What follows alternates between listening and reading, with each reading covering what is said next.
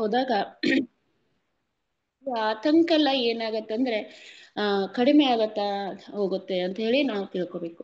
ಯಾಕಂದ್ರೆ ನಾವು ಈ ಒಂದು ಕಲಿಯುಗದಲ್ಲೇನೆ ಈ ಒಂದು ಜನ್ಮದಲ್ಲೇ ನಾವು ಇದು ದಾಟ್ಬೇಕಾಗೈತೆ. ಈ ಒಂದು ಕಲಿಯುಗ ಸಾಕಪ್ಪ ಹೇಳ್ತಿರ್ತಾರೆ ನೋಡಿ, ಹಿರಿಯರಾಗಿರ್ಬೋದು ಯಾರಾದ್ರು, ಇವು ಸಾಕಪ್ಪ ನನ್ನ ಜೀವನ ಇಷ್ಟು ನನಗೆ ಭಗವಂತ ಕಷ್ಟ ಕೊಟ್ಟಿದ್ದಾನೆ, ಈ ಜನ್ಮನೇ ಸಾಕು, ಮುಂದಿನ ಜನ್ಮ ನನಗೆ ಕಷ್ಟನೂ ಬೇಡ ಈ ಜನ್ಮನೂ ಬೇಡ ಅಂತ ಅನ್ಸುತ್ತೆ. ಅಥವಾ ಒಬ್ಬೊಬ್ರು ಏನಂತಾರ ಅಂದ್ರೆ ಆ ನನಗೆ ಈ ಮನುಷ್ಯನ ಜನ್ಮ ಬೇಡ, ನನಗೆ ಪ್ರಾಣಿ ಪಕ್ಷಿ ಯಾವ್ದಾರ ಒಂದು ಕೊಡು, ಅಥವಾ ಮರದ್ದೇ ಒಂದು ಜೀವನ ಕೊಡು ನನಗೆ ಸಾಕು ಅಂತ ಹೇಳ್ತಿರ್ತಾರೆ. ಅಂದ್ರೆ ಅಷ್ಟು ಗೊಂದಲ ಆಗಿದೆ ಇದು. ಆದ್ರೆ ಏನೋ ನಮ್ಮ ಒಂದು ಕರ್ಮದಾಗಿರ್ಬೋದು ಅಥವಾ ಗುರುಗಳದ್ದು ಕೃಪೆ ಅಥವಾ ಕೃಷ್ಣನ ಕೃಪೆ ಆಗಿರ್ಬೋದು, ನಮ್ಗೆ ಗುರುಗಳ ಒಂದು ಕೃಪೆಯಿಂದ ನಮಗೆ ಭಗವದ್ಗೀತೆ ಭಗವಂತನ ಒಂದು ತಿಳ್ಕೊಬೇಕಂತ ಒಂದು ಭಾಗ್ಯ ಸಿಕ್ಕಿದೆ. ಅದಕ್ಕಾಗಿ ನಾವೆಲ್ಲರೂ ಇದೇ ಜನ್ಮದಲ್ಲಿ ಇದನ್ನೇ ಸಾಕು ಅಂತ ಹೇಳಿ ಮುಂದಿನ ಜನ್ಮದಲ್ಲಿ ನಾವು ಭಗವಂತನ ಕ್ಷೇತ್ರದಲ್ಲಿ ಭಗವಂತನ ಲೋಕದಲ್ಲಿ ಹೋಗುವಂತ ಪ್ರಯತ್ನವನ್ನ ಮಾಡ್ಬೇಕಾಗತ್ತೆ. ಆದ್ರೆ ಅದನ್ನ ಹೋಗ್ಬೇಕಾದ್ರೆ ಅದಕ್ಕೆ ಹೇಗೆ ನಾವು IAS KS ಎಲ್ಲ ಅಥವಾ IPS ಹಿಂಗ್ ಓದ್ಬೇಕಾದ್ರೆ ಅವ್ರು ಎಷ್ಟು ಸ್ಟಡಿ ಮಾಡ್ತಿರ್ತಾರೆ. ಅಥವಾ ಒಬ್ಬ ಸಿಂಗರ್ ಆಗಿರ್ಬೋದು, ಎಷ್ಟು ಸ್ಟಡಿ ಮಾಡ್ತಿರ್ತಾರೆ ನೋಡ್ರಿ ಅವರು. ಒಂದು ಆಹಾರದ ಬಗ್ಗೆ ಆಗಿರ್ಬೋದು, ಒಂದು ನಿದ್ದೆ ಬಗ್ಗೆ ಆಗಿರ್ಬೋದು, ಅಥವಾ ಬೇರೆದವರ ಜೊತೆ ಬೆರೆಯುವುದಾಗಿರ್ಬೋದು, ಫಂಕ್ಷನ್ ಆಗಿರ್ಬೋದು, ಎಲ್ಲವನ್ನು ತರದು ಹೌದು ಒಂದೇ ಒಂದು ಗುರಿ ಇರುತ್ತೆ ಅವ್ರಿಗೆ, ನಾ ಇದನ್ನ ಸಾಧಿಸಬೇಕು ಅಂತ ಹೇಳಿ. ಹಾಗೆ ನಾವೆಲ್ಲ ಏನ್ ಮಾಡ್ಬೇಕಂದ್ರೆ ನಮ್ದು ಒಂದೇ ಒಂದು ಗುರಿಯನ್ನ ಮಾಡ್ಕೋಬೇಕು, ಏನಂದ್ರೆ ನಾವು ಭಗವಂತ ಧಾಮಕ್ಕೆ ಹೋಗ್ಬೇಕು, ಭಗವಂತನ ಕೃಪೆ ಪಡ್ಕೋಬೇಕು ಅಂತ ಹೇಳಿ. ಇಲ್ಲದೆಲ್ಲದಕ್ಕಿಂತ ಮುಖ್ಯವಾಗಿ ನಾವು ಗುರುಗಳ ಆದೇಶವನ್ನ ಪಾಲಿಸ್ಬೇಕು ಅಂತ ಹೇಳಿ. ಯಾಕಂದ್ರೆ ಎರಡನೇದು ನಮ್ಮ ಉದ್ದೇಶ ಆಗಿರ್ಬೇಕು ಗೋಲೋಕವನ್ನ ತಲುಪಬೇಕಂತ. ಆದ್ರೆ ಮೊದಲೇ ಉದ್ದೇಶ ನಾವು ಗುರುಗಳ ಆದೇಶವನ್ನ ಪಾಲಿಸ್ಬೇಕಾಗತ್ತೆ. ಗುರುಗಳು ಏನ್ ಹೇಳ್ತಾರಲ್ಲ ಅದನ್ನೇ ನಾವು ಪಾಲಿಸಿದಾಗ, ಯಾಕಂದ್ರೆ ಗುರುಗಳ ಪಾದ ಹಿಡಿದಿರ್ತೇವೆ ಅಂದ್ಮೇಲೆ ಗುರುಗಳು ಎಲ್ಲಿ ಹೋಗ್ತಾರೆ ನಾವು ಅಲ್ಲಿ ಹೋಗ್ತೀವಿ. ಗುರುಗಳು ಗೋಲೋಕಕ್ಕೆ ಹೋಗಿರ್ತಾರೆ ಅಂದ್ರೆ ನಾವೆಲ್ಲರೂ ಗೋಲೋಕಕ್ಕೆ ಹೋಗ್ತೀವಿ. ಅಷ್ಟು ನಮ್ಗೆ ಗುರುಗಳ ಮೇಲೆ ನಂಬಿಕೆ ಬರ್ಬೇಕು. ಅದಕ್ಕಾಗಿ ನಾವು ಪ್ರತಿ ಕ್ಷಣ ಏನೋ ಆದ್ರೂ ಗುರುಗಳನ್ನ ನೆನೆಸ್ತಾ ಇರ್ಬೇಕು. ಒಂದು ಶಿಕ್ಷಾ ಗುರುಗಳು ಏನೋ ಹೇಳಿರ್ತಾರೆ ಅದನ್ನು ಅನಿಸ್ತಾ ಇರ್ಬೇಕು. ಆಮೇಲೆ ನಮ್ ದೀಕ್ಷಾ ಗುರುಗಳನ್ನ ನಾವ್ ಏನ್ ನಂಬಿರ್ತೀವಲ್ಲ ಅವರಿಗೆ ನಾವ್ ಎಲ್ಲವನ್ನ ನಮ್ಮ ಕರ್ತವ್ಯನ ಅರ್ಪಿಸ್ಬೇಕು. ನಮ್ಗೆ ಕಷ್ಟ ಬಂದಾಗ ಅವ್ರನ್ನ ನೆನೆಸ್ಬೇಕು. ನಮಗೆ ಮುರಾರಿ ಮಾಧವ್ ದಾಸ್ ಪ್ರಭುಜಿ ಅವ್ರು ಹೇಳ್ತಾರೆ ಏನಂದ್ರೆ, ಜಯಪತಾಕ್ ಗುರು ಮಹಾರಾಜರಿಗೆಲ್ಲ ತಿಳಿಯುತ್ತಂತೆ ನಾವು ಏನ್ ಮಾಡ್ತಿರ್ತೀವಿ, ಏನೋ ಕಷ್ಟದಾಗಿರ್ತೀವಿ ಅಥವಾ ಏನೋ ಅಂತ ಹೇಳಿದೆ. ಹಾಗೆ ನಾವ್ ಎಲ್ಲವನ್ನ ಆ ಗುರುಗಳನ್ನ ನೆನೆಸಿದಾಗ ನಮ್ಮೆಲ್ಲ ಕಷ್ಟ ಪರಿಹಾರ ಆಗುತ್ತೆ ಅಂತ ಹೇಳಿ. ಯಾಕಂದ್ರೆ ಎಷ್ಟು ಕಷ್ಟದಲ್ಲಿ ಬಂದಿದ್ರು ಯಾರೋ ಭಕ್ತಿ ವೇದಾಂತ ಶ್ರೀಲ ಪ್ರಭುಪಾದರು. ಅವರು ಅವ್ರ ಜೀವನವನ್ನ ನಾನು ಪೂರ್ತಿ ಓದಿಲ್ಲ, ಓದ್ಬೇಕಾಗಿದೆ, ಸ್ವಲ್ಪ ಓದಿದ್ದೀನಿ. ಅವರು ಬಿಸ್ನೆಸ್ ಮಾಡ್ತಿರ್ತಾರೆ ಒಂದು ಔಷಧದ್ದು. ಅವ್ರು ಎಷ್ಟು ಬ್ಯುಸಿಯಾಗಿರ್ತಾರ ಅಂದ್ರೆ ದುಡ್ಡು ಸಂಪಾದಿಸ್ಬೇಕು, ಎಲ್ಲ ಔಷಧಿ ಇದನ್ ಮಾಡ್ಬೇಕು, ನಾವು ಫ್ಯಾಕ್ಟ್ರಿ ಇದನ್ ಮಾಡ್ಬೇಕು ಅಂತ ಹೇಳಿ ಮನೆ ಸಪೋರ್ಟ್ ಮಕ್ಕಳ ಸಪೋರ್ಟ್ ಏನು ಇರೋದಿಲ್ಲ ಅವ್ರಿಗೆ.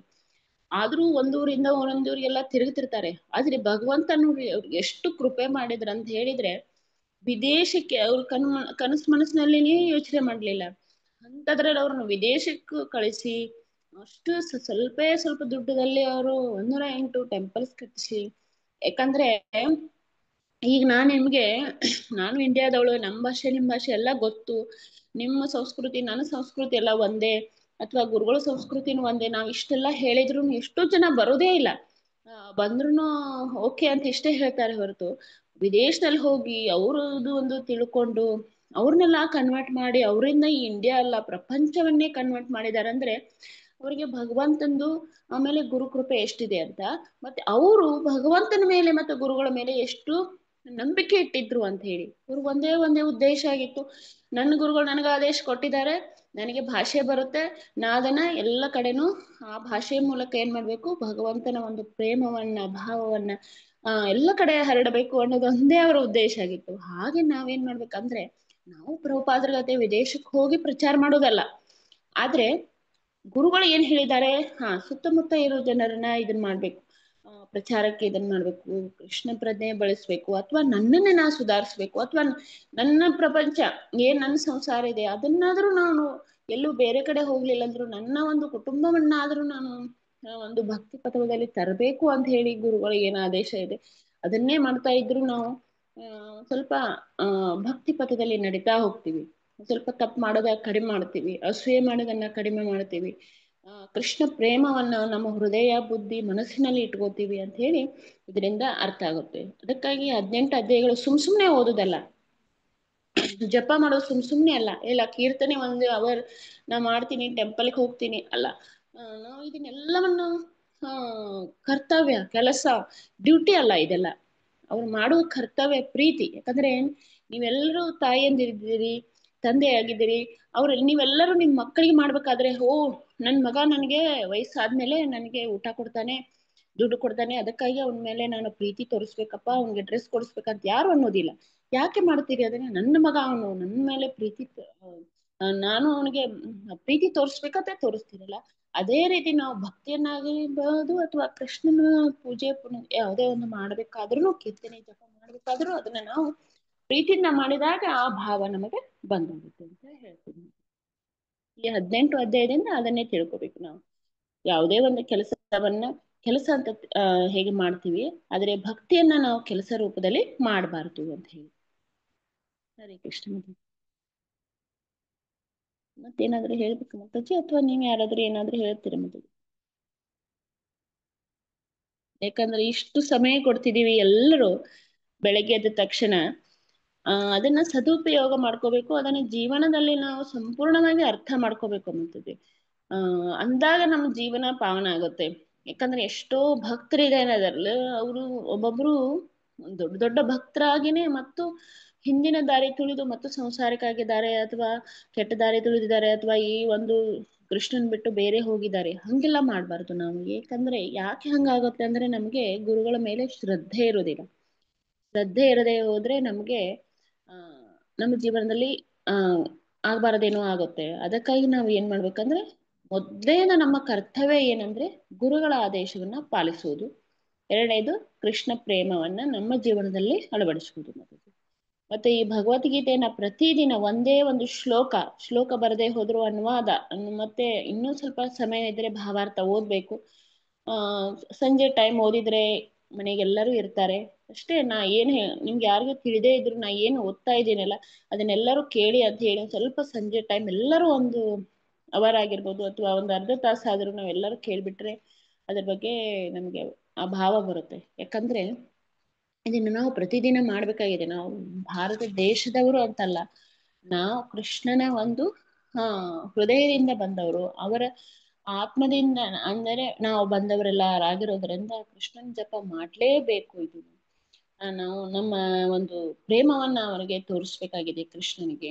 ಅದಕ್ಕಾಗಿ ಭಗವದ್ಗೀತೆ ಪ್ರತಿದಿನ ಎಲ್ಲರೂ ಓದ್ಬೇಕು, ಎಲ್ಲರ ಮನೆಯಲ್ಲಿ ಇರ್ಬೇಕು. ಇದು ಯಾರ ಮನೆಯಲ್ಲಿ ಇಲ್ಲ ಅವ್ರಿಗೆ ನೀವು ಕೊಟ್ಟು, ಇಲ್ಲ ನೀವು ಇಟ್ಕೊಳ್ಳಿ, ಇದನ್ನ ಇರ್ಲೇಬೇಕು, ನಮ್ಮ ಒಂದು ಧರ್ಮದ ಆಗಿರ್ಬೋದು ಅಥವಾ ನಮ್ಮ ಹಿಂದೂ ಸಂಸ್ಕೃತಿ ಆಗಿರ್ಬೋದು ಅಥವಾ ನಾವು ಕೃಷ್ಣನ ಭಕ್ತರಾಗಿರೋದ್ರಿಂದ ನಾವೆಲ್ಲರೂ ಇಟ್ಕೋಬೇಕು ಅಂತ ನೀವೆಲ್ಲರಿಗೂ ತಿಳಿಸಿ ಹೇಳ್ಬೇಕು. ಮತ್ತದು ಯಾರೋ ಪ್ರವಚನಕ್ಕೆ ಬರದೇ ಇದ್ರು ಅವ್ರ ಮನೆಯಲ್ಲಿ ಭಗವದ್ಗೀತೆ ಇತ್ತಂದ್ರೆ, ಯಾಕಂದ್ರೆ ಒಂದು ಮೆಡಿಸಿನ್ ಇಟ್ಕೊಂಡಿರ್ತೀವಿ ನಾವು, ಯಾವುದೋ ಒಂದು ಶೀತದಾಗಿರ್ಬೋದು ಕೆಮ್ಮಿಂದಾಗಿರ್ಬೋದು ಮನೆಯಲ್ಲಿ ಇಟ್ಕೊಂಡ್ಬಿಟ್ರೆ ಯಾವಾಗೋ ಒಂದ್ಸಲ ನಮ್ಗೆ ಏನಾಗುತ್ತೆ, ನೆಗಡಿನೋ ಅಥವಾ ಏನೋ ಒಂದು ಬಂದಾಗ ಆ ಒಂದು ಮೆಡಿಸಿನ್ ಏನಾಗುತ್ತೆ ನಮ್ಗೆ ಹೆಲ್ಪ್ ಆಗುತ್ತೆ. ಹಂಗೇನೆ ಭಗವದ್ಗೀತೆಯನ್ನ ಒಂದ್ಸಲ ಹಂಗೆ ಇಟ್ಕೊಂಡ್ಬಿಡಿ ಅಂತ ಹೇಳ್ಬಿಡ್ರಿ, ದೇವರ ಮನೆಯಲ್ಲಿ ದೇವರ ಕೊನೆಯಲ್ಲಿ ನೀವು ಇಟ್ಕೊಂಡ್ಬಿಡ್ರಿ ಅಂತ ಹೇಳಿ. ಎಂದೋ ಒಂದು ದಿವಸ ಅವ್ರಿಗೆ ಅನಿಸುತ್ತೆ, ಆ ಭಾವವನ್ನ ಕೃಷ್ಣ ಏನ್ ಮಾಡ್ತಾನಂದ್ರೆ ಅದನ್ನ ಓಪನ್ ಮಾಡಕ್ಕೆ ಅವ್ರಿಗೆ ಹೇಳೋಕೆ ಅವ್ರ ಮನಸ್ಸಿನಲ್ಲಿ ಬರ್ತಾನೆ, ನೀನು ಓಪನ್ ಮಾಡು ಇದನ್ನ ಓದು ಅಂತ ಹೇಳಿ. ಒಂದಲ್ಲ ಒಂದು ದಿವಸ ಅವರು ಓದ್ತಾರೆ, ಓದಿದಾಗ ಅವರು ನಿಮ್ಮನ್ನ ನೆನೆಸ್ತಾರೆ, ಮತ್ತೆ ನಿಮ್ಮ ಗುರುಗಳನ್ನು ನೆನೆಸ್ತಾರೆ. ಅವಾಗ ಅವ್ರು ಹೇಳ್ತಾರೆ, ಅಯ್ಯೋ ನೀವು ಎಂದೋ ಕೊಟ್ಟಿದ್ರಿ ನನಗೆ ಅದನ್ನೆಲ್ಲ ಓದಕ್ ಆಗ್ಲಿಲ್ಲ, ಆದ್ರೆ ನಿನಗೆ ಈಗ ಅನಿಸ್ತಾ ಇದೆ, ಅಥವಾ ನನಗೆ ಏನೋ ಕಷ್ಟ ಬಂದಾಗ ಅದನ್ನು ಓದಿದೆ, ಅದನ್ನು ಓದಿದಾಗ ನನಗೆ ಏನ್ ಅನಿಸ್ತಾ ಇದೆ ಅಂದ್ರೆ, ನೀವು ನಾ ಎಷ್ಟು ಖುಷಿಯಾಗಿದ್ದೀನಿ, ನನ್ನೆಲ್ಲ ಕಷ್ಟ ಪರಿಹಾರ ಆಯ್ತು ಅಂತ ಅನಿಸ್ತಾ ಇದೆ ಅಂತ ಹೇಳಿ. ಅದಕ್ಕಾಗಿ ನಾವು ಏನು ಸಾಧ್ಯ ಆಗದೆ ಇದ್ರು ಈ ಏನು ಶ್ರೀಲ ಪ್ರಭುಪಾದರು ಬರೆದಿದ್ದಾರೆ ಈ ಬುಕ್ಕನ್ನು ಎಲ್ಲರಿಗೂ ಹಂಚಿದಾಗ ಒಂದು ಗುರುಗಳ ಆದೇಶ ಪಾಲಿಸ ಆಗತ್ತೆ, ಅಥವಾ ಮತ್ತೆ ಆ ಜನರನ್ನು ಸ್ವಲ್ಪ ಭಕ್ತಿದಾಗೂ ತಂದಂಗ ಆಗತ್ತೆ, ನಮ್ದು ಒಂದು ಸೇವೆ ಅಂತೂ ಆಗುತ್ತೆ. ಹರೇ ಕೃಷ್ಣ. ಮತ್ತೇನಾದ್ರೂ ಹೇಳ್ಬೇಕಂತದ್ದು?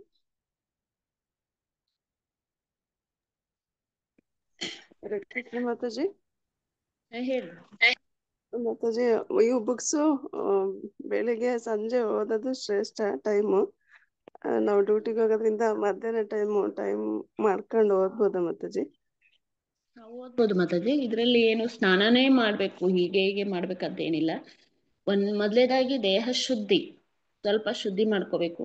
ಅಥವಾ ನೀವು ಟ್ರಾವೆಲಿಂಗ್ ಟೈಮ್ದಲ್ಲಿನೂ ಕೃಷ್ಣನನ್ನ ಗುರುಗಳನ್ನ ನೆನೆಸಿ ಒಂದು ಟ್ರಾವೆಲಿಂಗ್ ಟೈಮ್ದಲ್ಲಿ ½ ಅಥವಾ 1 ಸಿಗುತ್ತೆ ಅಂತ ಹೇಳಿ ನೀವು ಸಣ್ಣದಾಗಿ ಚಿಕ್ಕದಾಗಿ ಭಗವದ್ಗೀತೆ ಓದ್ತಾ ಇದ್ರು ನಿಮ್ಗೆ ಏನ್ ಅನಿಸುತ್ತೆ ಅಂದ್ರೆ ಏನೋ ನಿಮ್ಗೆ ಸಮಸ್ಯೆ ಇದ್ದಾಗ ಅದೆಲ್ಲ ಪರಿಹಾರ ಆಗುತ್ತೆ. ಓ ಕೃಷ್ಣ ಇದಾನಲ್ಲ ಅಂತ ಹೇಳಿ ಹಂಗೆ ಅನಿಸುತ್ತೆ ಮಾತಾಜಿ. ಓದ್ಬೇಕು ಮಾತಾಜಿ. ಅದನ್ನ ಪ್ರಭುಪಾದರ ಬುಕ್ ನಾ ಎಲ್ಲೋ ಬೇರೆ ಕಡೆ ಅದರ ಇದೆ ಭಾವಾರ್ಥ ಓದಕ್ಕೆ ಸಾಧ್ಯ ಇಲ್ಲ, ಅಷ್ಟು ಚೆನ್ನಾಗಿ ಬರೆದಿದ್ದಾರೆ. ಪ್ಲೀಸ್ ಎಲ್ಲರೂ ಓದಿ, ಎರಡೆರಡೇ ಲೈನ್ ಓದಿ. ಪ್ರತಿದಿನ ಯಾರು ತಪ್ಪಿಸದೆ ಓದ್ಬೇಕಂತ ಕೇಳ್ಕೊತೀನಿ. ಹರೇ ಕೃಷ್ಣ ಯಾಕಂದ್ರೆ ಮಾತಾಜಿ.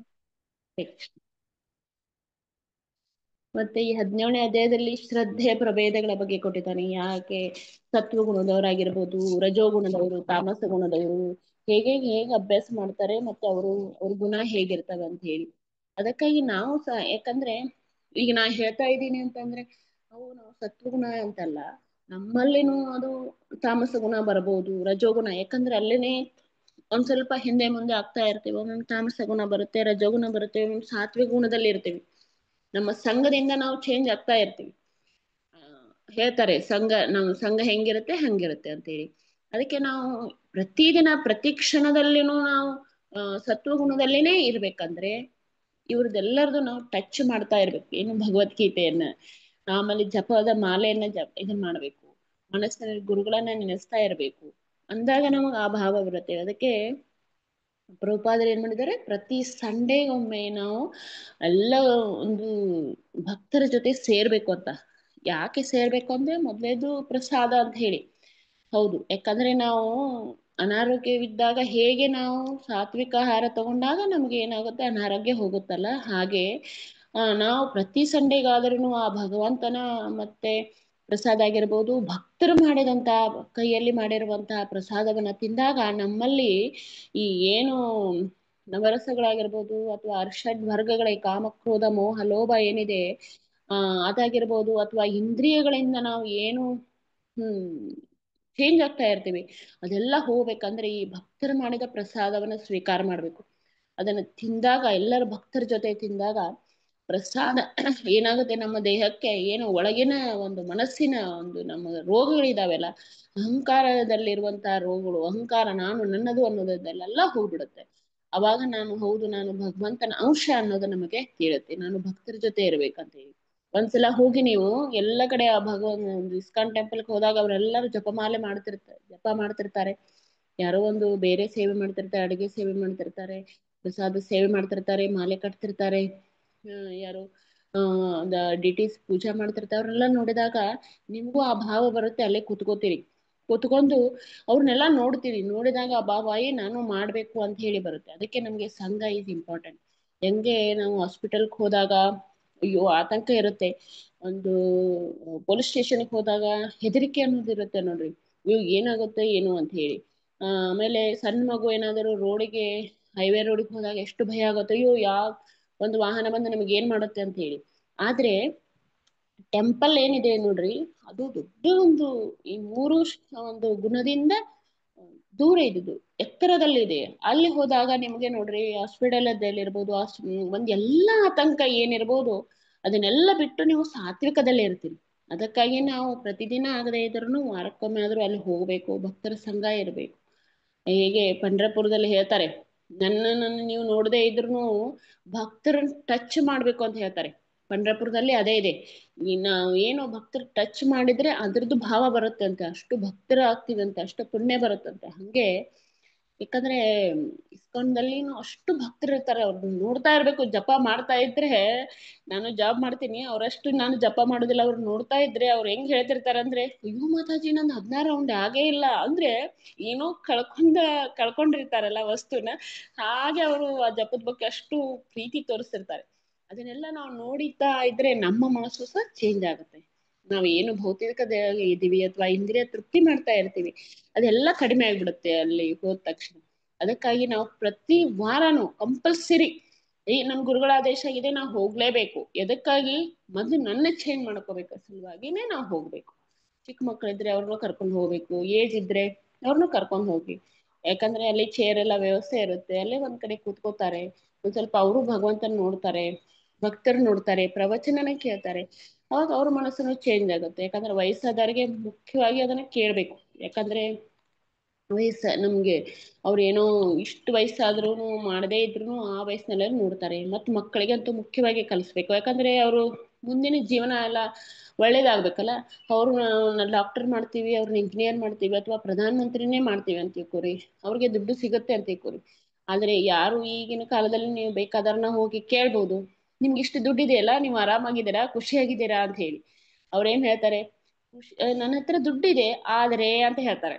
ಯಾಕಂದ್ರೆ ಯಾರು ದುಡ್ಡಿದ್ರೇನೆ ಖುಷಿಯಾಗಿರೋದಿಲ್ಲ, ಎಲ್ಲ ರಿಲೇಷನ್ ಇದ್ರೇನೆ ಖುಷಿಯಾಗಿರೋದಿಲ್ಲ, ಸ್ವಂತ ಮನೆ ಇದ್ರೇನೆ ಖುಷಿಯಾಗಿರೋದಿಲ್ಲ.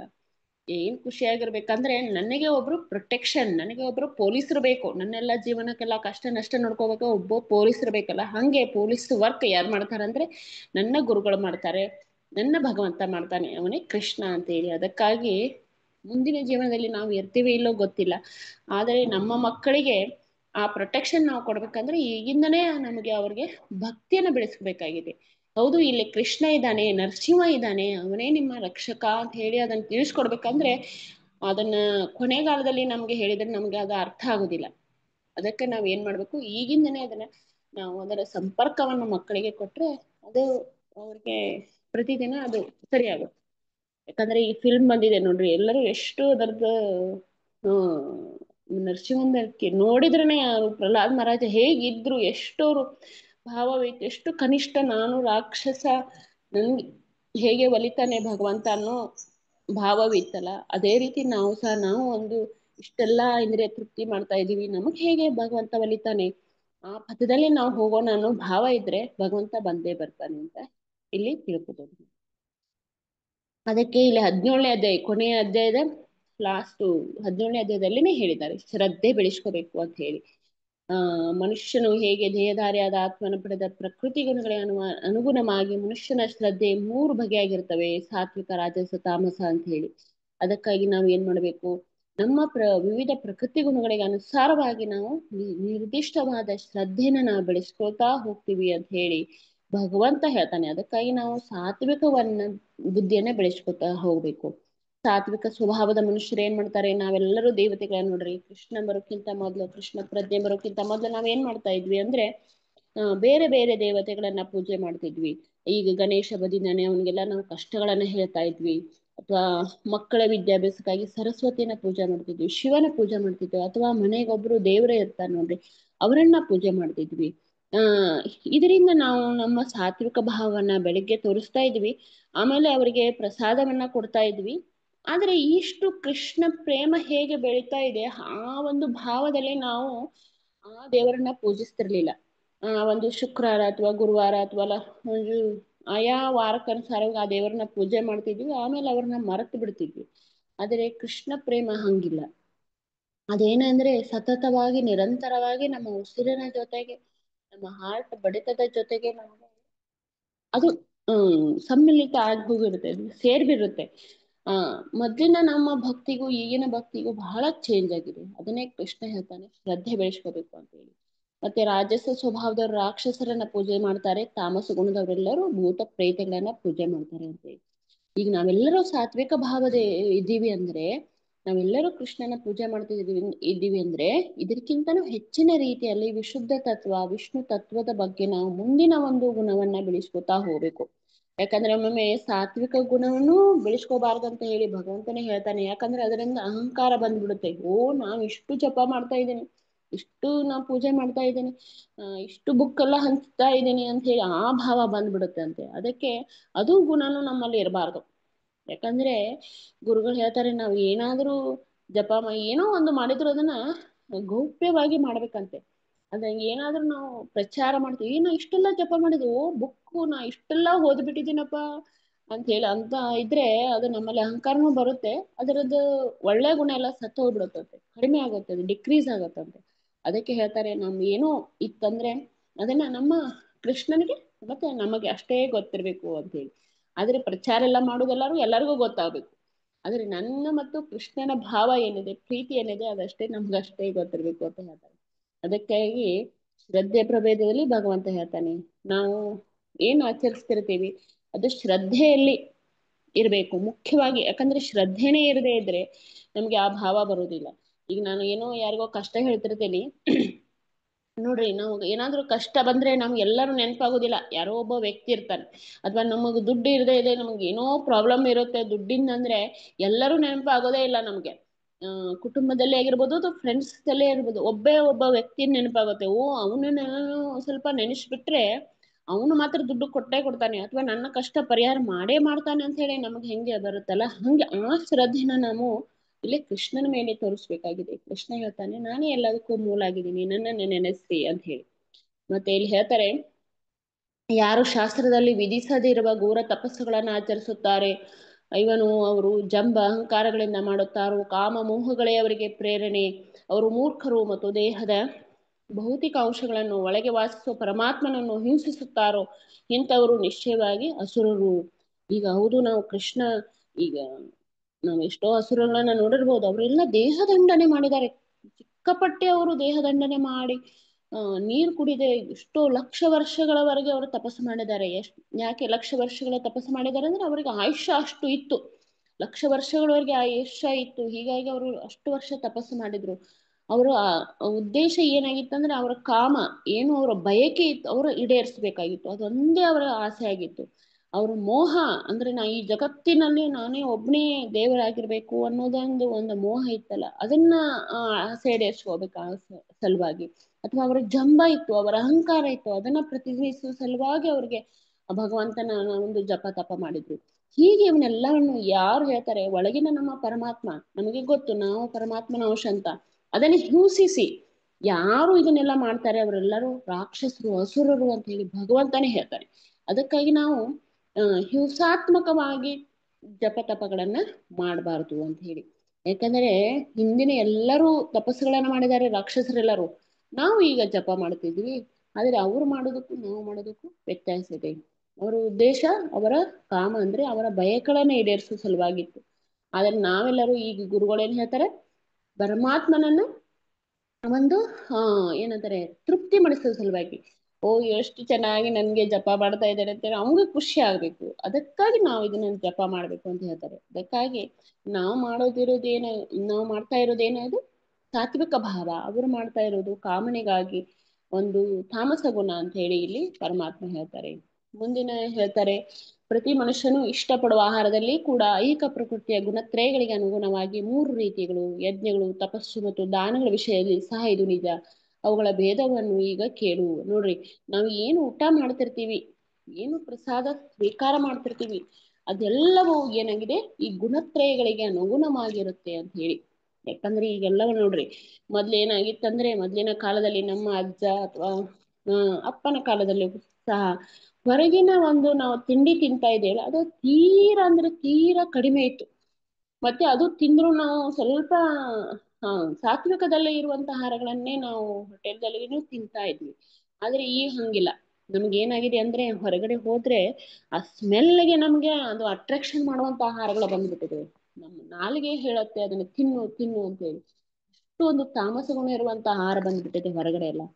ಅದು ಭಗವಂತ ಹೇಳ್ತಾನೆ, ಈ ಗುಣತ್ರಯಗಳಿಗೆ ಅನುಸಾರವಾಗಿ ಆಹಾರ ಬಂದ್ಬಿಟ್ಟಿದೆ, ಆಹಾರ ಅನುಸಾರವಾಗಿ ನಮ್ಮ ಗುಣಗಳೆಲ್ಲ ಚೇಂಜ್ ಆಗ್ತವೆ ಅಂತ ಹೇಳಿ. ಅಂದ್ರೆ ಸಾತ್ವಿಕ ಗುಣದವ್ರು ಏನ್ ಮಾಡ್ತಾರೆ, ಪ್ರಿಯವಾದ ಆಹಾರಗಳು ಆಯುಸ್ಸನ್ನು ಹೆಚ್ಚಿಸುತ್ತವೆ. ಅವ್ರ ಹೇಳ್ತಿರ್ತಾರೆ, ಅಯ್ಯೋ ಇದನ್ನೆಲ್ಲ ತಿಂದ್ಬಿಟ್ರೆ ನಂಗೆ ರೋಗ ಬರುತ್ತೆ. ಅವ ಯೋಚನೆ ಮಾಡ್ತಾರೆ, ಜಾಸ್ತಿ ಸ್ವೀಟ್ ತಿನ್ಬಾರ್ದು ಅಥವಾ ಜಾಸ್ತಿ ಹುಳಿ ತಿನ್ಬಾರ್ದು. ಹೊರಗಡೆ ನೋಡ್ರಿ ಇವೆಲ್ಲ ತಿಂಡಿ ತಿನಿಸು ಬೇಕರಿ ಆಗಿರ್ಬೋದು, ಅಥವಾ ಅದನ್ನ ಬಿಟ್ಟು ಮೊದ್ಲು ಬೇಕರಿ ತಿಂಡಿ ಅಷ್ಟೇ, ಮೊದ್ಲು ಹೋಟೆಲ್ ತಿಂಡಿ ಇತ್ತು, ಆಮೇಲೆ ಬೇಕರಿ ತಿಂಡಿ ಬಂತು, ಸ್ವೀಟ್ ಮಾರ್ಟ್ ಎಲ್ಲ ಬಂತು. ಈಗಂತೂ ಪಿಜ್ಜಾ ಅವೆಲ್ಲ ಬಂದ್ಬಿಟ್ಟಿದ್ದೇವೆ ನೋಡ್ರಿ. ಅದು ಬಾಯಿಗೆ ಎಷ್ಟು ರುಚಿ ರುಚಿಯಾಗಿರುತ್ತೆ. ಅದೇ ಗೂಗಲ್ ಸರ್ಚ್ ಮಾಡಿದಾಗ ಅದರಿಂದ ಏನೇನ್ ಹಾಕಿದಾರಂತ ಕೇಳಿದ್ರೇನೆ ಭಯ ಆಗತ್ತೆ. ಅಷ್ಟು ಕ್ರೂರವಾಗಿದ್ದಾವೆ ಅಂತ ಹೇಳ್ಬೋದು ನಾವು, ಅಷ್ಟು ಆಹಾರಗಳು ನಮ್ಮ ದೇಹದಲ್ಲಿ.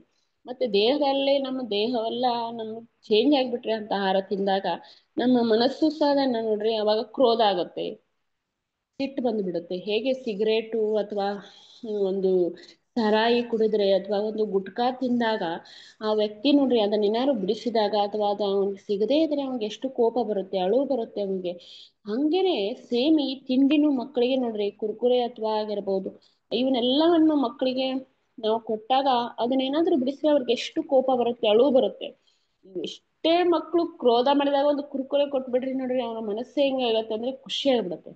ಆದ್ರೆ ಅದು ತಾಮಸ ಗುಣ ಅಂತ ಹೇಳಿ ಆ ಮಕ್ಕಳಿಗೆ ತಿಳಿಸ್ಬೇಕಂತಂದ್ರೆ, ಅದನ್ನ ನಾವು ಬಿಡಿಸ್ಬೇಕಂದ್ರೆ ಅದನ್ನ ಅದು ತಾಮಸ ಗುಣದಿಂದನೇ ಬೆಳೆದು ಹೋಗುತ್ತೆ, ಅಂದ್ರೆ ರುಚಿ ಬೆಳೆಯುತ್ತೆ. ಅದಕ್ಕಾಗಿ ಅವನ ಗುಣನೂ ಸಹ ಏನಾಗುತ್ತೆ, ತಾಮಸ ಗುಣನೇ ಬೆಳೆದು ಹೋಗುತ್ತೆ. ತಾಮಸ ಗುಣ ಅಂದ್ರೆ ಏನು, ನನ್ನ ಆಸೆ ಈಡೇರಿಸ್ಕೋಬೇಕು, ಇವ್ರು ಆದ್ರೆ ನನಗೇನಾಗೋದಿದೆ ಅಂತ ಈ ಭಾವ ಬಂದ್ಬಿಡುತ್ತೆ. ಅದಕ್ಕಾಗಿ ನಾವು ಅವ್ರಿಗೂ ಸಹ ಒಂದು ಸಾತ್ವಿಕ ಆಹಾರವನ್ನು ಕೊಡ್ತಾ ಇರ್ಬೇಕು. ಒಂದು ಸಾಧ್ಯ ಆಗುವಷ್ಟು ಒಂದು 90% ಆದ್ರೂ ಮನೆಯ ಆಹಾರವನ್ನ ತಿಂದಾಗ ಅವ್ರಿಗೆ ಒಳ್ಳೆ ಭಾವನೆ ಬರುತ್ತೆ. ನೋಡ್ರಿ ನಾವೆಲ್ಲರೂ ಈಗ ಏನು 30-40 ಅಬವ್ ಇದೀವಿ, ಅವರೆಲ್ಲ ನಾವೆಲ್ಲ ಜಾಸ್ತಿ ಮನೆ ಊಟನೇ ಇದ್ದೀವಿ. ಆದ್ರೆ ಈಗಿನ ಮಕ್ಕಳು ಹಂಗಿಲ್ಲ, ಅವರೆಲ್ಲ 50% ಹೊರಗಿನ ತಿಂಡಿನೇ ತಿಂದಿದ್ದಾರೆ. ಹಿಂಗಾಗಿ ಅವ್ರ ಗುಣಗಳು ನಮ್ಮ ಗುಣಗಳಿಗೂ ನಾವೆಲ್ಲರೂ ಉದಾಹರಣೆ ಕೊಡ್ತೀರಿ. ನಾವು ಹಂಗಿರ್ಲಿಲ್ಲಪ್ಪ, ನಾನು ನಮ್ಮ ಅಪ್ಪಗೆ ನಮ್ಮ ಅಮ್ಮಗೆ ಸ್ವಲ್ಪ ಎದುರಿ ಮಾತಾಡ್ತಿರ್ಲಿಲ್ಲ, ಹೊರಗಡೆ ನಮ್ಮ ಅಪ್ಪನ ಬಂದಿದ್ರೆ ನಾವು ಒಳಗಡೆ ಕೂತ್ಕೋತಿದ್ವಿ, ಹಿಂಗೆಲ್ಲ ನಾವು ಹೇಳ್ತೀವಿ ನೋಡ್ರಿ. ಯಾಕೆ ಆ ಭಾವ ಬರುತ್ತೆ ಅಂದ್ರೆ ನಮ್ಮ ತಿನ್ನೋ ಆಹಾರದ ಸಲುವಾಗಿ. ಮತ್ತೆ ಅವಾಗ ಅವರೆಲ್ಲ ಆಹಾರ ಹೆಂಗ್ ತಯಾರಿಸ್ತಿದ್ರು, ನಮ್ಮಮ್ಮ ಎಲ್ಲ ಹೆಂಗ್ ತಯಾರಿಸ್ತಿದ್ರು ಅಂದ್ರೆ, ನನ್ನ ಮಗಳಿಗೆ ಆರೋಗ್ಯ ಸಿಗಬೇಕು, ಅವ್ರು ಖುಷಿಯಾಗಿರ್ಬೇಕು ಅನ್ನೋದ ಭಾವ ಇರ್ತಿತ್ತು. ಆದ್ರೆ ನಾವ್ ಈಗ ಮೊಬೈಲ್ ನೋಡ್ತಾ ಇರ್ತೀವಿ ಅಥವಾ ಏನೋ ನಮ್ಮ ಒಂದು ಮನಸ್ಸಿನ ದ್ವೇಷ ಅದು ಇದು ಎಲ್ಲ ಇಟ್ಕೊಂಡೇನೆ ಆಹಾರ ತಯಾರು ಮಾಡ್ತೀವಿ. ಅಂದ್ರೆ ಕಂಟ್ರೋಲೇ ಇರೋದಿಲ್ಲ, ಸಿಟ್ಟಿರುತ್ತೆ ಅಥವಾ ಬೇಗ ಇರುತ್ತೆ, ಇವ್ ನಾವು ಜಾಬ್ ಮಾಡ್ಬೇಕು, ಅಲ್ಲಿ ಹೋಗ್ಬೇಕು, ಇಲ್ಲಿ ಹೋಗ್ಬೇಕು ಅನ್ನೋದ್ರೊಳಗೆ ನಾವು ಆಹಾರ ತಯಾರಿಸ್ತಿದೀವಿ. ಅದು ಒಂದು ಕಾರಣ ಇರಬೇಕು, ಮಕ್ಕಳ ಒಂದು ಮನಸ್ಸ ಪರಿವರ್ತನೆ ಆಗ್ತಾ ಇದೆ. ಇದೆಲ್ಲವನ್ನು ನಾವು ಬಿಡಿಸ್ಬೇಕಂದ್ರೆ ಈಗ ಏನು ಭಕ್ತಿ ಮಾಡ್ತಾ ಇದ್ದೀವಿ, ಯಾರು ಆಹಾರ ತಯಾರು ಮಾಡ್ತಾ ಇರ್ಬೋದು ಅಥವಾ ರೆಡಿ ಆಗ್ತಾ ಇರ್ಬೋದು, ಇದೆಲ್ಲವನ್ನು ಮಾಡುವಾಗ ನಾವು ಒಂದು ಪ್ರವಚನ ಕೇಳ್ತಾನೋ ಕೀರ್ತನೆ ಕೇಳ್ತಾನೋ ಮಾಡ್ತಾ ಇದ್ದಾಗ ನಮ್ಮ ಮನೆಯೆಲ್ಲ ವಾತಾವರಣನು ಒಂದು ಕ್ಲೀನ್ ಅಂಡ್ ಕ್ಲಿಯರ್ ಇಟ್ಕೋಬಹುದು ಅಂತ ನೋಡ್ರಿ. ನಾವು ಮನೆಯಲ್ಲಿ ಒಂದು ಸುಗಂಧ ಒಂದು ಅಗರಬತ್ತಿಯನ್ನ ಹಚ್ಚಿಬಿಡ್ರಿ, ಎಷ್ಟು ಮನೆ ವಾತಾವರಣ ಎಲ್ಲ ಚೇಂಜ್ ಆಗ್ಬಿಡುತ್ತೆ ನೋಡ್ರಿ. ಸಂಜೆ ಏನ್ ಮಾಡ್ರಿ, ಬಾಗ್ಲ ಕಸ ಎಲ್ಲ ಹೊಡೆದುಕೊಂಡು ಒಂದ್ ಸ್ವಲ್ಪ ನೀರ್ ಹಾಕಿ ಒಂದು ಅಗರಬತ್ತಿನ ಹೊರಗೆ ಹಚ್ಬಿಡ್ರಿ, ನಿಮ್ಮ ಎಲ್ಲ ಮನೆ ಒಂದು ಒಂದು ಅವರ್ವರೆಗೂ ಎಷ್ಟು ಚೆನ್ನಾಗಿ ಖುಷಿ ಇರುತ್ತೆ, ಒಂಥರ ಸಾತ್ವಿಕ ಭಾಗದಲ್ಲಿ ಇರುತ್ತೆ. ಒಂದು ಮಲ್ಲಿಗೆ ಏನು ಸ್ಮೆಲ್ ಮಲ್ಲಿಗೆ ಇರುತ್ತಲ್ಲ, ಅದನ್ನೇನ ಯಾರಾದ್ರೂ ತಲೆಯಲ್ಲಿ ಇಟ್ಕೊಂಡ್ಬಂದ್ರೆ ಕ್ಲಾಸ್ ರೂಮ್ ಅಲ್ಲಿ ಅಥವಾ ಯಾರಿದು ಎಷ್ಟು ಸ್ಮೆಲ್ ಬರ್ತಾ ಇದೆ, ಎಷ್ಟು ಚೆನ್ನಾಗಿ ಅನಿಸ್ತಾ ಇದೆ ಅಂತ ಹೇಳಿ ಅನಿಸುತ್ತೆ. ಅದೇ ಒಂದು ಏನಾದ್ರೂ ಕೆಟ್ಟ ವಾಸನೆ ಇದ್ರೆ ನಿಮ್ಗೆ ಯಾರ್ದಪ್ಪ ಕೆಟ್ಟ ವಾಸನೆ ಏನೋ ಬರ್ತಾ ಇದೆ ಅಂತೀವಿ. ಹಂಗೆ ನಾವು ಏನ್ ಮಾಡ್ಬೇಕಂದ್ರೆ ನಮ್ಮ ಮನೆಯಲ್ಲಿ ಸಾತ್ವಿಕ ಒಂದು ಒಳ್ಳೆ ಸ್ಮೆಲ್ ಅಂದ್ರೆ ಅದು ಜಪ ಆಗಿರ್ಬೋದು, ಕೀರ್ತನೆ ಆಗಿರ್ಬೋದು, ಪ್ರವಚನ ಆಗಿರ್ಬೋದು. ಯಾಕಂದ್ರೆ ಮೊಬೈಲ್ ಅನ್ನ ಹೇಗೆ ನಾವು ಯೂಸ್ ಮಾಡ್ತೀವಿ ಅದು ಆ ರೀತಿ ನಮ್ಗೆ ಕೊಡುತ್ತೆ. ಕೆಟ್ಟದಾಗಿ ಯೂಸ್ ಮಾಡಿದ್ರೆ ಅದು ಕೆಟ್ಟದಾಗಿ ಕೊಡುತ್ತೆ. ಅದನ್ನೇ ಕೀರ್ತನೆ ಪ್ರವಚನ ಜಪ ಯಾರೋ ಮಾಡ್ತಿರ್ತಾರೆ, ಪ್ರಭುಪಾದರದ ಒಂದು ಜಪ ಮಾಡೋದನ್ನೇ ಹಾಕ್ಬಿಟ್ರೆ ಮನೆಯಲ್ಲಿ ಎಲ್ಲ ವಾತಾವರಣ ಚೇಂಜ್ ಆಗ್ಬಿಡುತ್ತೆ. ಬೆಳಿಗ್ಗೆ ಎದ್ದ ತಕ್ಷಣ 7 ಗಂಟೆಗೆ ಪ್ರಭುಪಾದರದ್ದು ಒಂದು ಜಪ ಹಾಕ್ಬಿಡ್ರಿ, ಎಲ್ಲರೂ ಮಲ್ಕೊಂಡಿರ್ತಾರಲ್ಲ ಅವರು ಹರೇ ಕೃಷ್ಣನ ಸ್ಟಾರ್ಟ್ ಮಾಡ್ತಾರೆ. ಅಂದ್ರೆ ಆ ಭಾವವನ್ನ ನಾವು ಸೃಷ್ಟಿ ಮಾಡ್ಬೇಕಾಗಿದೆ. ಎಲ್ಲಿಂದ ಅಂದ್ರೆ ಮನೆಯಿಂದಷ್ಟು ಪ್ರಾರಂಭಿಸ್ಬೇಕಾಗಿದೆ. ಏನ್ ಹಳೆ ಕಾಲದ ಇದಿತ್ತಲ್ಲ ಅದನ್ನೆಲ್ಲ ಮರ್ತಿದೀವಿ ನಾವು, ಗುರುಗಳ ಆದೇಶವನ್ನ ಪಾಲಿಸೋದೆಲ್ಲ ಮರ್ತಿದೀವಿ. ಮದ್ದಿನ ಕಾಲದಲ್ಲಿ ಗುರುಗಳ ಬಗ್ಗೆ ಶ್ರದ್ಧೆ ಅದೆಲ್ಲ ಕಡಿಮೆ ಆಗ್ತಾ ಇದೆ. ಅದನ್ನ ಮತ್ತೊಮ್ಮೆ ನಾವು ಗುರುಗಳ ಆಶೀರ್ವಾದದಿಂದ ರಿಪೀಟ್ ಮಾಡ್ಬೇಕಾಗಿದೆ.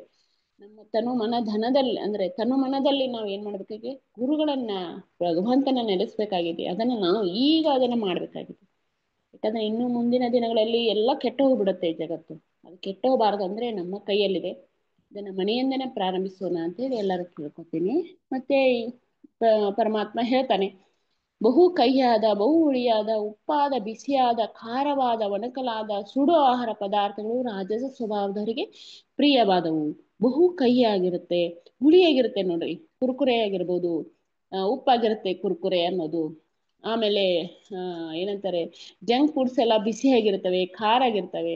ಕುರ್ಕುರೆ ಎಲ್ಲ ಒಣಕಲ ಆಗಿರುತ್ತವೆ, ಅದ್ರೊಳಗೆ ಏನೂ ಸಾತ್ವಿಕ ಇರೋದಿಲ್ಲ, ಆದ್ರೆ ಬಾಯಿಗೆ ರುಚಿಯಾಗಿರುತ್ತೆ. ಇದೆಲ್ಲ ರಾಜಸ ಸ್ವಭಾವದವರಿಗೆ ಪ್ರಿಯ ಆಗಿರ್ತವೆ. ಇಂಥ ಆಹಾರವನ್ನ ತಿಂದಾಗ ನಮ್ಗೆಲ್ಲ ದುಃಖ, ಶೋಕ, ರೋಗ ಆಗತ್ತೆ ನೋಡ್ರಿ. ಎಷ್ಟು ಪರಮಾತ್ಮ ಆವಾಗ ಹೇಳಿದಾನೆ ಈ ಕುರುಕುರೆ ಬಗ್ಗೆ ಅಂತ ಹೇಳಿದ್ರೆ ನಮ್ಗೆ ಈಗ ಒಂಥರ ಇದೆ ಅನ್ಸುತ್ತೆ. ಯಾಕಂದ್ರೆ ಆವಾಗೆಲ್ಲ ಸಾತ್ವಿಕದವ್ರು ಇಂಥ ಆಹಾರ ತಗೋತಿರ್ಲಿಲ್ಲ. ಆದ್ರೆ ಈಗ ನೋಡ್ರಿ ಎಲ್ಲ ಹುಳಿಯಾಗಿದೆ, ಅದು ಒಂದು ಕುರ್ಕುರೆ ಆಗಿರ್ಬೋದು, ಯಾವುದೇ ಒಂದು ಜಂಕ್ ಫುಡ್ಸ್ ಆಗಿರ್ಬೋದು ನೋಡ್ರಿ, ಈ ನಾಲ್ಗೆಗೆ ಎಷ್ಟು ರುಚಿಯಾಗಿರುತ್ತೆ. ಹೊಟ್ಟೆ ಒಳಗೆ ಹೋಗಿ ಏನಾಗುತ್ತೆ ಅಂತ ನಮಗೆ ಆ ಭಾವ ಇರೋದಿಲ್ಲ, ಆದ್ರೆ ನಮಗೆ ನಾಲ್ಗೆ ರುಚಿನೇ ಇರುತ್ತೆ. ಅಂಥವೆಲ್ಲ ತಿಂದಾಗ ನಮಗೆ ಶೋಕ ಆಗುತ್ತೆ, ರೋಗ ಆಗುತ್ತೆ, ದುಃಖ ಆಗುತ್ತೆ ಅಂತ ಹೇಳ್ತಾರೆ. ಮತ್ತೆ ಒಳ್ಳೆ ಒಂದು ಫ್ರೆಶ್ ಆಹಾರ 3 ಗಂಟೆ ಮಧ್ಯೆ ಸಿದ್ಧಪಡಿಸಿದಂತ ಆಹಾರ ಅದು ಕೆಟ್ಟದ್ದು ಅಂತ ಇಂಥದ್ದೆಲ್ಲ ಹಳಸಿದ್ದು ಎಲ್ಲ ತಿನ್ಬಾರ್ದು ಅಂತ ಹೇಳ್ತಾರೆ. ಇವೆಲ್ಲ ನಾವು ಶ್ರದ್ಧೆಯ ಪ್ರಭೇದಗಳು, ಇವೆಲ್ಲ ಶ್ರದ್ಧೆಗಳನ್ನ ಮಾಡುವ, ನಮ್ಮ ಭಗವಂತನ ಮೇಲೆ ಶ್ರದ್ಧೆ ಇಟ್ಕೋಬೇಕಾದ್ರೆ ನಾವು ಸಾತ್ವಿಕ ಆಹಾರವನ್ನು ಸ್ವೀಕಾರ ಮಾಡಬೇಕು ಅಂತ ಹೇಳ್ತಾರೆ. ಮತ್ತೆ ಐಹಿಕ ಲಾಭಕ್ಕಾಗಿ ಅಹಂಕಾರಕ್ಕೆ ಮಾಡುವಂತ ಯಾವುದೇ ಒಂದು ಯಜ್ಞ ಅಂದ್ರೆ ನಮ್ಮ ಸಲುವಾಗಿ ನಾನು ಸುಖವಾಗಿರ್ಬೇಕು ಅಂತ ಹೇಳಿ ಮಾಡೋದು ಎಲ್ಲವೂ ರಾಜಸ ಅಂತ ಹೇಳ್ತಾರೆ.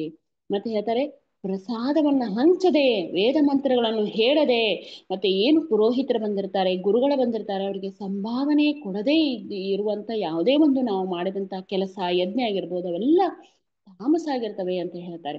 ನೋಡ್ರಿ ಇವೆಲ್ಲವೂ ಒಂದು ಶಾಸ್ತ್ರದಲ್ಲಿ ಬರೆದಿದ್ದಾವೆ. ಯಾಕೆ ಶಾಸ್ತ್ರದಲ್ಲಿ ಬರೆದಿದ್ದಾವೆ ಅಂದ್ರೆ ಅದನ್ನ ಭಗವಂತ ಹೇಳಿದ್ದಾನೆ. ಯಾರಿಗೆ ಹೇಳಿದ್ದಾನೆ? ಗುರುಗಳಿಗೆ ಹೇಳಿದ್ದಾರೆ. ಆ ಗುರುಗಳೇನೆ ಏನು ವ್ಯಾಸ ಮಹರ್ಷಿಗಳಾಗಿರ್ಬೋದು, ದೊಡ್ಡ ದೊಡ್ಡವರು ಎಲ್ಲರೂ ಅದನ್ನ ಬುಕ್ಕದಲ್ಲಿ ಬರೆದಿದ್ದಾರೆ, ಪುಸ್ತಕದಲ್ಲಿ ಬರೆದಿದ್ದಾರೆ, ಅಂದ್ರೆ ಶಾಸ್ತ್ರಗಳಲ್ಲಿ ಬರೆದಿದ್ದಾರೆ ಅಂದ್ರೆ ಅದನ್ನು ಭಗವಂತ ಹೇಳಿದ್ದೆ, ಮತ್ತೆ ಯಾರು ಹೇಳಕ್ ಸಾಧ್ಯ? ಅದಕ್ಕಾಗಿ ಅದನ್ನ ನಾವು ಭಗವಂತನ ನಿಯಮಗಳನ್ನ ನಾವು ಪಾಲಿಸಬೇಕು ಅಂತ ಹೇಳಿ ಯಾವುದೇ ಒಂದು ಯಜ್ಞ ಯಾಗಾದಿಗಳನ್ನ ಮಾಡಿದ್ರು ಪುರೋಹಿತರಿಗೆ ಸಂಭಾವನೆ ನೋಡ್ರಿ ನಾವೆಲ್ಲರೂ ಹಿಂದಿನ ನೋಡಿರ್ಬೋದು, ಎಲ್ಲರೂ ಕೊಡ್ತಾ ಬಂದಿನಿ. ಯಾರು ಅದನ್ನ ಕೊಟ್ಟಿಲ್ಲ ಅದು ಏನಾಗುತ್ತೆ? ತಾಮಸ ಗುಣ ಆಗುತ್ತೆ ಅಂತ ಹೇಳ್ತಾರೆ. ಮತ್ತೆ ಏನ್ ಹೇಳ್ತಾರೆ?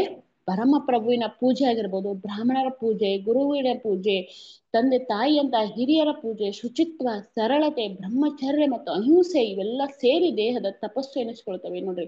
ಇವೆಲ್ಲ ನಾವು ತಪಸ್ಸು ಮಾಡ್ಬೇಕು, ಪ್ರತಿದಿನ ಮಾಡ್ಬೇಕು. ಏನ್ ಮಾಡ್ಬೇಕು? ಪರಮ ಪ್ರಭುವಿನ ಪೂಜೆ ಮಾಡ್ಬೇಕು. ಬ್ರಾಹ್ಮಣರ ಒಂದು ಪೂಜೆ ಮಾಡ್ಬೇಕು. ಪೂಜೆ ಮಾಡಕ್ ಆಗುದಿಲ್ವಾ? ಆದ್ರೆ ಅವ್ರ ಬಗ್ಗೆ ಶ್ರದ್ಧೆ ಇರಬೇಕು. ಗುರುವಿನ ಪೂಜೆ ನೋಡ್ರಿ, ಪ್ರತಿದಿನ ನಾವು ಒಂದು ಫೋಟೋ ಇಟ್ಕೊಂಡಿರ್ತೀವಿ ಅಥವಾ ಡಿಟಿಸ್ ಇಟ್ಕೊಂಡಿರ್ತೀವಿ ಗುರುಗಳ ಬಗ್ಗೆ, ಅವರನ್ನ ಪೂಜೆ ಮಾಡಿ ನನ್ನ ಕುಟುಂಬವನ್ನ ರಕ್ಷಕರ ನೀವು, ನಮ್ಮನ್ನ ನಾವು ಸಾತ್ವಿಕದಲ್ಲಿ ಬೆಳೆಸಿ ಅಂತ ಹೇಳಿ ಅವ್ರನ್ನ ನಾವು ರಿಕ್ವೆಸ್ಟ್ ಮಾಡ್ಕೋಬೇಕು. ಅಂದಾಗ ಅದು ಗುರುವಿನ ಪೂಜೆ ಸಂಪೂರ್ಣ ಆಗುತ್ತೆ. ತಂದೆ ತಾಯಿ ಅಂತ ನೋಡ್ರಿ ಹೇಳ್ತಾರೆ, ತಂದೆ ತಾಯಿನ ಮನೆಯೊಳಗೆ ನಾವು ಶ್ರದ್ಧೆ ಮಾಡಿಲ್ಲ ಆದ್ರೆ ಹೊರಗೆ ನಾವು ಭಗವಂತನ ಒಂದು ಪ್ರಚಾರ ಮಾಡಿದ್ರು ಅಥವಾ ಭಗವಂತನ ಒಂದು ಜಪ ತಪ ಮಾಡಿದ್ರು ಅದು ಉಪಯೋಗ ಆಗುದಿಲ್ಲ ಅಂತ ಹೇಳಿ. ಯಾಕಂದ್ರೆ ತಂದೆ ತಾಯಿಗಳನ್ನ ಭಗವಂತನೇ ಸೃಷ್ಟಿ ಮಾಡಿದ್ದಾನೆ, ಎದಕ್ಕಂದ್ರೆ ನಮ್ಮ ರಕ್ಷಣೆಗೋಸ್ಕರ. ಅದಕ್ಕಾಗಿ ಅವರ ಬಗ್ಗೆನೂ ನಮ್ಗೆ ಗೌರವ ಇರಬೇಕು ಅಂತ ಹೇಳಿ. ಶುಚಿತ್ವ, ಏನು ಶುಚಿತ್ವ ಅಂದ್ರೆ ದೇಹದ ಹಾಗೂ ಮನಸ್ಸನ್ನು ಶುಚಿತ್ವ ಇಟ್ಕೋಬೇಕು. ಈಗ ನಾವು ಹೇಳ್ತೀವಿ, ಇವ್ ನಾನು ಕೆಟ್ಟ ಕೆಲಸ ಏನೋ ಮಾಡೋದಿಲ್ಲ, ನನ್ನ ಹೆಂಡತಿ ಅಥವಾ ನನ್ನ ಗಂಡನ ಜೊತೆನೇ ಇದ್ದೀನಿ, ಮತ್ತೆ ಮನೆಯಲ್ಲೇನು ಭಾರಿ ಶುದ್ಧ ಇದೆ, ಮತ್ತೆ ನಾವು ಪ್ರತಿದಿನ ಸ್ನಾನ ಮಾಡ್ತೀನಿ, ಇದು ಏನಾಗುತ್ತೆ? ದೈಹಿಕ ಶುಚಿತ್ವ, ಮನೆ ಶುಚಿತ್ವ ಆಯ್ತು.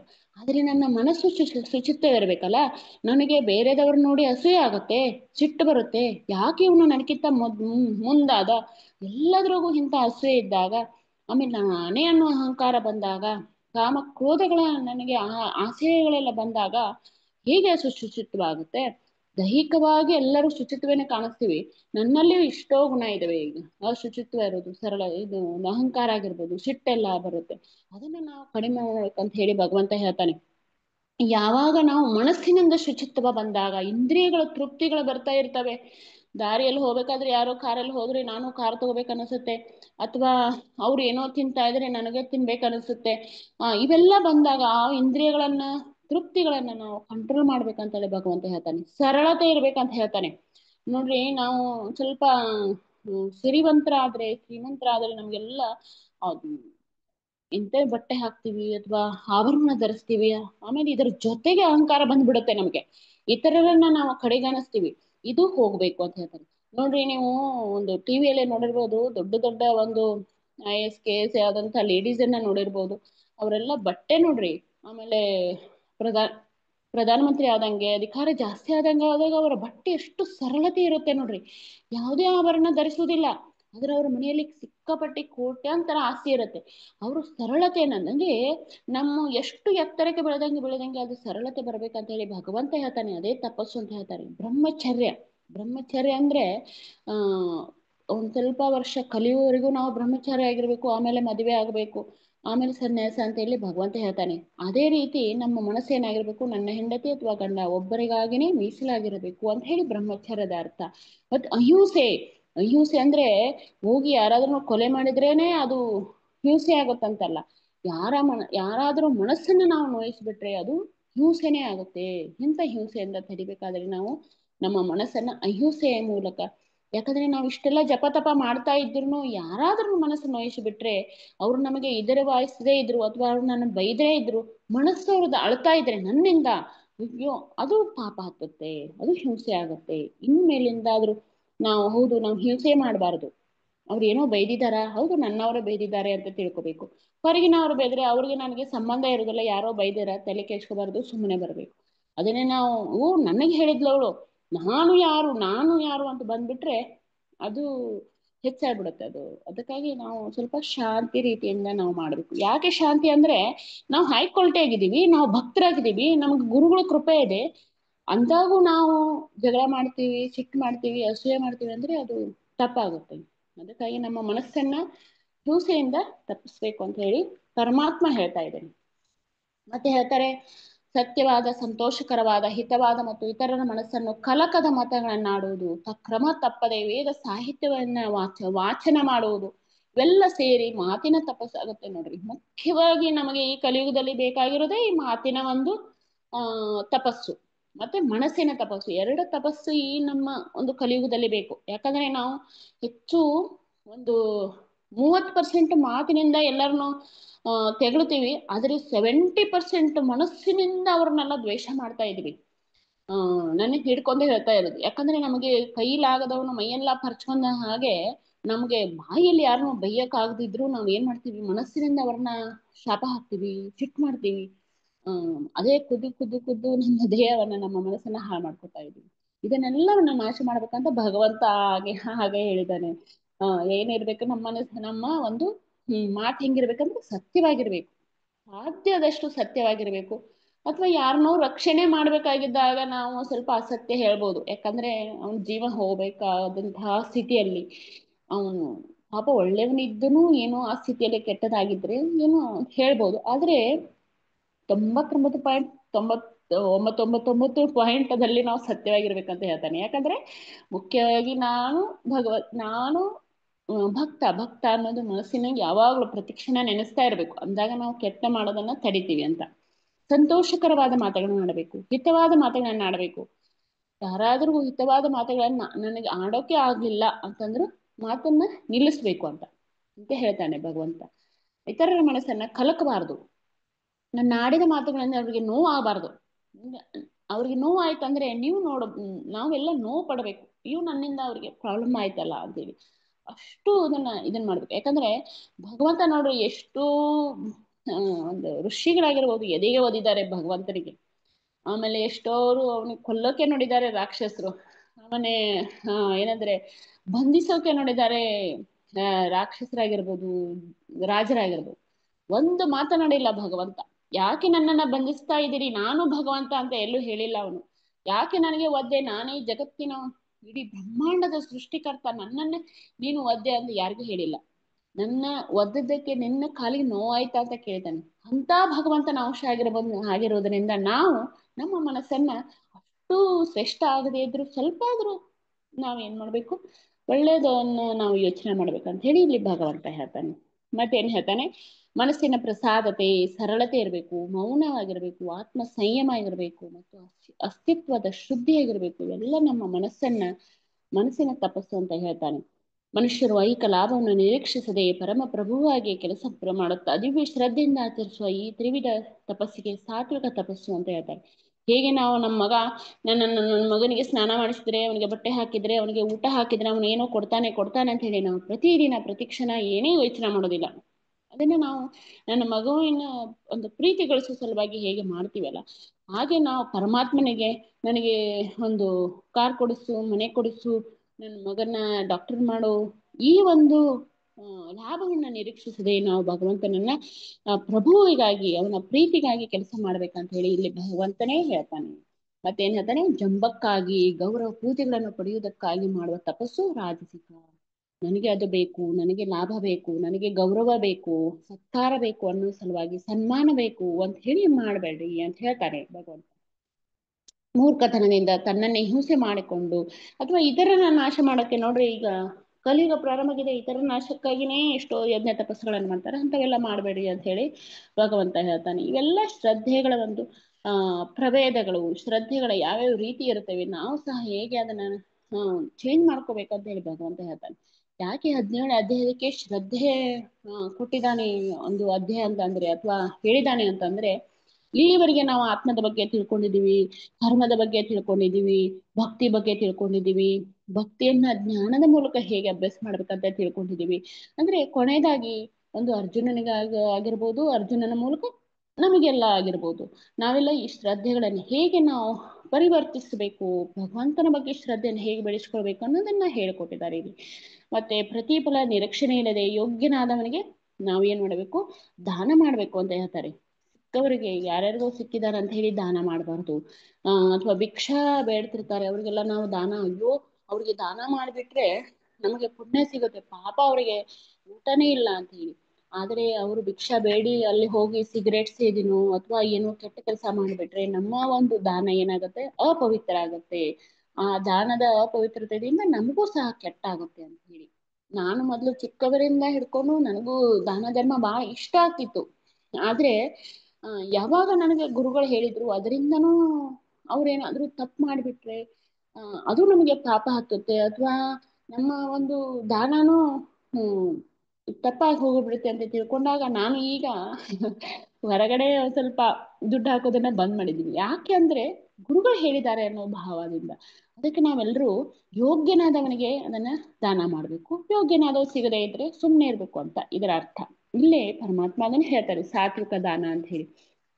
ಮತ್ತೆ ಹೇಳ್ತಾರೆ, ಪ್ರತ್ಯುಪಕಾರದ ಬಯಕೆಯಿಂದ, ಕರ್ಮ ಫಲಭಾಪೇಕ್ಷೆಯಿಂದ, ಇಷ್ಟವಿಲ್ಲದೆ ನೀಡುವ ದಾನ ರಾಜಸ. ನಮಗೇನೋ ಒಂದು ಆಸೆ ಆಗಿರ್ಬೇಕಾಗಿರುತ್ತೆ, ಅಥವಾ ಒಂದು ಲಂಚ ಅಂತ ಹೇಳ್ತಾರೆ, ಇದಕ್ಕೆ ಅದೇ ಅರ್ಥನೂ ಆಗಿರ್ಬೋದು. ಯಾಕಂದ್ರೆ ನನಗೆ ಇಷ್ಟ ಇರುವುದಿಲ್ಲ ದುಡ್ಡು ಕೊಡೋಕೆ. ಎಲ್ಲೋ ಒಂದು ಆಫೀಸ್ಗೆ ಹೋಗ್ತೀವಿ, ಅವ್ರು ಹೇಳ್ತಾರೆ ನಿಮ್ ಕೆಲಸ ಆಗುತ್ತೆ, ನಿಮ್ ಪೇಮೆಂಟ್ ಎಲ್ಲ ಮಾಡ್ತೀವಿ ಅಂತ, ನಮಗೆ ಇಷ್ಟನೇ ಇರುವುದಿಲ್ಲ. ಆದ್ರೆ ನನ್ನ ಆಸೆ ಈಡೇರಿಸ್ಬೇಕಾಗಿರುತ್ತಲ್ಲ, ನನ್ನ ಕೆಲಸ ಆಗ್ಬೇಕಾಗಿರುತ್ತೆ, ನಾವೆಲ್ಲ ದುಡ್ಡು ಕೊಡ್ತೀವಲ್ಲ, ಅದಕ್ಕೆ ರಾಜಸ ಅಂತ ಹೇಳ್ತೀವಿ ಅಂತೇಳಿ ಕಲಿಯುಗದಲ್ಲಿ ಈ ರೀತಿ ನಾವು ತಿಳ್ಕೊಬಹುದು. ಮತ್ತೆ ಉಳಿದೆ ಒಂದು ಒಂದು ತಾಮಸ ಗುಣದವ್ರದ್ದು ಒಂದು ದಾನ ಧರ್ಮದ ಬಗ್ಗೆ ಹೇಳ್ತಾರೆ. ಅದಲ್ಲದೆ ಮುಂದಿನ ಒಂದರಲ್ಲಿ ಓಂ ಸತ್ ಓಂ ತತ್ ಸತ್ ಬಗ್ಗೆನೂ ಅದರ ಬಗ್ಗೆ ಅರ್ಥನ ಹೇಳಿದ್ದಾರೆ ಪ್ರಭುಜಿಗಳೆಲ್ಲ, ಅದ್ರ ಬಗ್ಗೆ ಎಲ್ಲಾನು ಹೇಳಿದ್ದಾರೆ. ಯಾಕೆ ಇವನ್ನೆಲ್ಲ ನಾವು ಅರ್ಥ ಮಾಡ್ಕೋಬೇಕು ಅಂತಂದ್ರೆ, ಕೃಷ್ಣ ಪ್ರೇಮವನ್ನ, ಅಂದ್ರೆ ಕೃಷ್ಣನನ್ನ ತೃಪ್ತಿಗೊಳಿಸುವ ಸಲುವಾಗಿ, ಆ ಕೃಷ್ಣ ಪ್ರೇಮವನ್ನ ನಮ್ಮ ಜೀವನದಲ್ಲಿ ಅಳವಡಿಸಿಕೊಳ್ಳುವ ಸಲುವಾಗಿ ಇದನ್ನೆಲ್ಲವನ್ನ ನಾವು ಮಾಡ್ತಾ ಇದ್ದಾರೆ. ಆ ಶ್ರದ್ಧೆಯನ್ನು ನಮ್ಮಲ್ಲಿ ಬೆಳೆಸ್ತಾ ಇದ್ರೆ ಕೃಷ್ಣನಿಗೆ ಪ್ರೀತಿ ಆಗ್ತಾ ಹೋಗುತ್ತೆ. ಯಾಕಂದ್ರೆ ಮೊದಲೇದಾಗಿ ನಮ್ಮ ಮನೆಗೆ ಸೊಸೆ ಬಂದಿರ್ತಾ ಅಂತಿಕ್ಕುರಿ, ಅವಾಗ ನಾವು ಅವ್ರಿಗೆ ಏನು ಕೆಲಸ ಹೇಳುದಿಲ್ಲ, ಅವ್ರಿಗೆ ಪ್ರೀತಿಯನ್ನು ಕೊಡ್ತಾ ಕೊಡ್ತಾ ಕೊಡ್ತಾ ಹೋಗ್ತೀವಿ. ಅವಳು ಏನ್ ಮಾಡ್ತಾ ಅಂದ್ರೆ, ಓ ಇವರೆಲ್ಲರೂ ನಾನು ಎಷ್ಟು ಪ್ರೀತಿಸ್ತಾ ಇದ್ದಾರೆ ಅಂತ ತಿಳ್ಕೊಂಡು ಅವಳು ಏನ್ ಮಾಡ್ತಾಳೆ, ಪ್ರತಿದಿನ ನಮ್ಮನ್ನು ಪ್ರೀತಿಸೋಕೆ ಸ್ಟಾರ್ಟ್ ಮಾಡ್ತಾಳೆ. ಹಂಗೆ ನಾವು ಭಗವಂತನನ್ನ ನಮ್ಮ ಮನೆಯಲ್ಲಿ ತಂದಿಡ್ಬೇಕು, ಆಮೇಲೆ ನಮ್ಮ ಮನಸ್ಸಿನಲ್ಲಿ ತಂದಿಡ್ಬೇಕು. ಪ್ರತಿ ದಿನಾನು ಅವನನ್ನೇ ಪೂಜಿಸ್ತಾ ಇದ್ರೆ, ಅವನನ್ನೇ ನಾವು ಪ್ರೇಮಿಸ್ತಾ ಹೋದ್ರೆ, ಭಾವದಿಂದ ಅವನ ಭಕ್ತಿ ಮಾಡ್ತಾ ಇದ್ರೆ, ಅವನು ಏನ್ ಮಾಡ್ತಾನೆ, ಓ ಇವಳು ಎಷ್ಟು ನನ್ನ ಮೇಲೆ ಪ್ರೀತಿ ಇದ್ದಾಳಲ್ಲ ಅಂತ ಹೇಳಿ ಕಡೆಗಾಲದಲ್ಲಿ ನಾವು ಅವನನ್ನ ಜಪ ಮಾಡ್ತಾ ಇದ್ರು, ಮಾಡದೇ ಇದ್ರು, ನಮ್ ಬಾಯಿ ಇರದೇ ಹೋದ್ರು, ಕೈ ಇರದೇ ಹೋದ್ರು, ನಮ್ಮ ಮನಸ್ಸೇ ಇರದೇ ಇದ್ರು, ಅವನು ಮಾತ್ರ ನಮ್ಮನ್ನ ಕರ್ಕೊಂಡು ಹೋಗ್ಬಿಡ್ತಾನೆ. ಅಂದ್ರೆ ನಾವು ಈಗಿಂದ ಪ್ರಾರಂಭಿಸ್ಬೇಕು. ಕಡೆ ಒಂದು ಕ್ಷಣದಲ್ಲಿ ಏನೋ ಆಗದೇ ಇದ್ರು ಅವನು ನಮ್ಮ ಮೇಲೆ ಪ್ರೀತಿ ತೋರಿಸ್ತಾನೆ. ಹೇಗೆ ಬ್ಯಾಂಕ್ ನಲ್ಲಿ ಇಟ್ಟಂತ ಡಿಪಾಸಿಟ್ ಈಗ ನಾವು ಏನ್ ಮಾಡ್ಬೇಕು, ಹೇಳ್ತಾರೆ ಹಿರಿಯರೆಲ್ಲ, ಈಗ ಡಿಪಾಸಿಟ್ ಮಾಡಪ್ಪ, ಕಡೆಗಾಲದಲ್ಲಿ ನಿನಗೆ ಯೂಸ್ ಆಗುತ್ತೆ ಅಂತ ಹೇಳಿ. ಯಾಕಂದ್ರೆ ಕಡೆಗಾಲದಲ್ಲಿ ಏನಾಗುತ್ತೆ, ನಮ್ಗೆ ಪೇಮೆಂಟ್ ಬರ್ತಾ ಇರೋದಿಲ್ಲ, ಈಗ ಪೇಮೆಂಟ್ ಬರ್ತಾ ಇದೆ.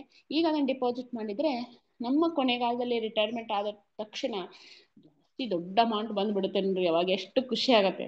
ಅದೇ ಈಗ ಮಾಡ್ತಾ ಇರೋದು. ಜಪ ಮಾಡಿದ್ರೆ, ನೀವು ಒಂದ್ ರೌಂಡ್ ಜಪ ಮಾಡಿ ಭಗವಂತನಿಗೆ ಹೇಳ್ರಿ, ನಾನು ಜಪ ನೋಡ್ರಿ, ನಾನು ಇದನ್ನೆಲ್ಲ ನನ್ನ ಅಕೌಂಟ್ ನಿನ್ನಲ್ಲಿ ಇಟ್ಕೋಪ, ಜಪ ಮಾಡಿದ್ದೀನಿ, ಅದನ್ನ ನೀನು ಬರ್ಕೋ ಅಂತ ಹೇಳಿ. ಅಲ್ಲಿ ಅವನು ನನ್ನ ಹೆಸರು ನಿರ್ಮಲಾ ಇದ್ರೆ ನನ್ನ ಅಕೌಂಟ್ ಅಲ್ಲಿ ಸೇರಿಸ್ಕೊಂಡ್ಬಿಡ್ತಾನೆ. ಓ ಇವಳು 108 ಬಾರಿ ಮಾಡಿದಾಳೆ ಜಪವನ್ನ, 1 ಬಾರಿ ಮಾಡಿದಾಳೆ ಅನ್ನೋದೆಲ್ಲಾನು ಕೌಂಟ್ ಮಾಡ್ತಾನೆ. ಓ ಇವಳು ಡಿಟಿ ಪೂಜೆ ಮಾಡಿದಾಳೆ, ಅದು ಡಿಪಾಸಿಟ್ ಆಗುತ್ತೆ.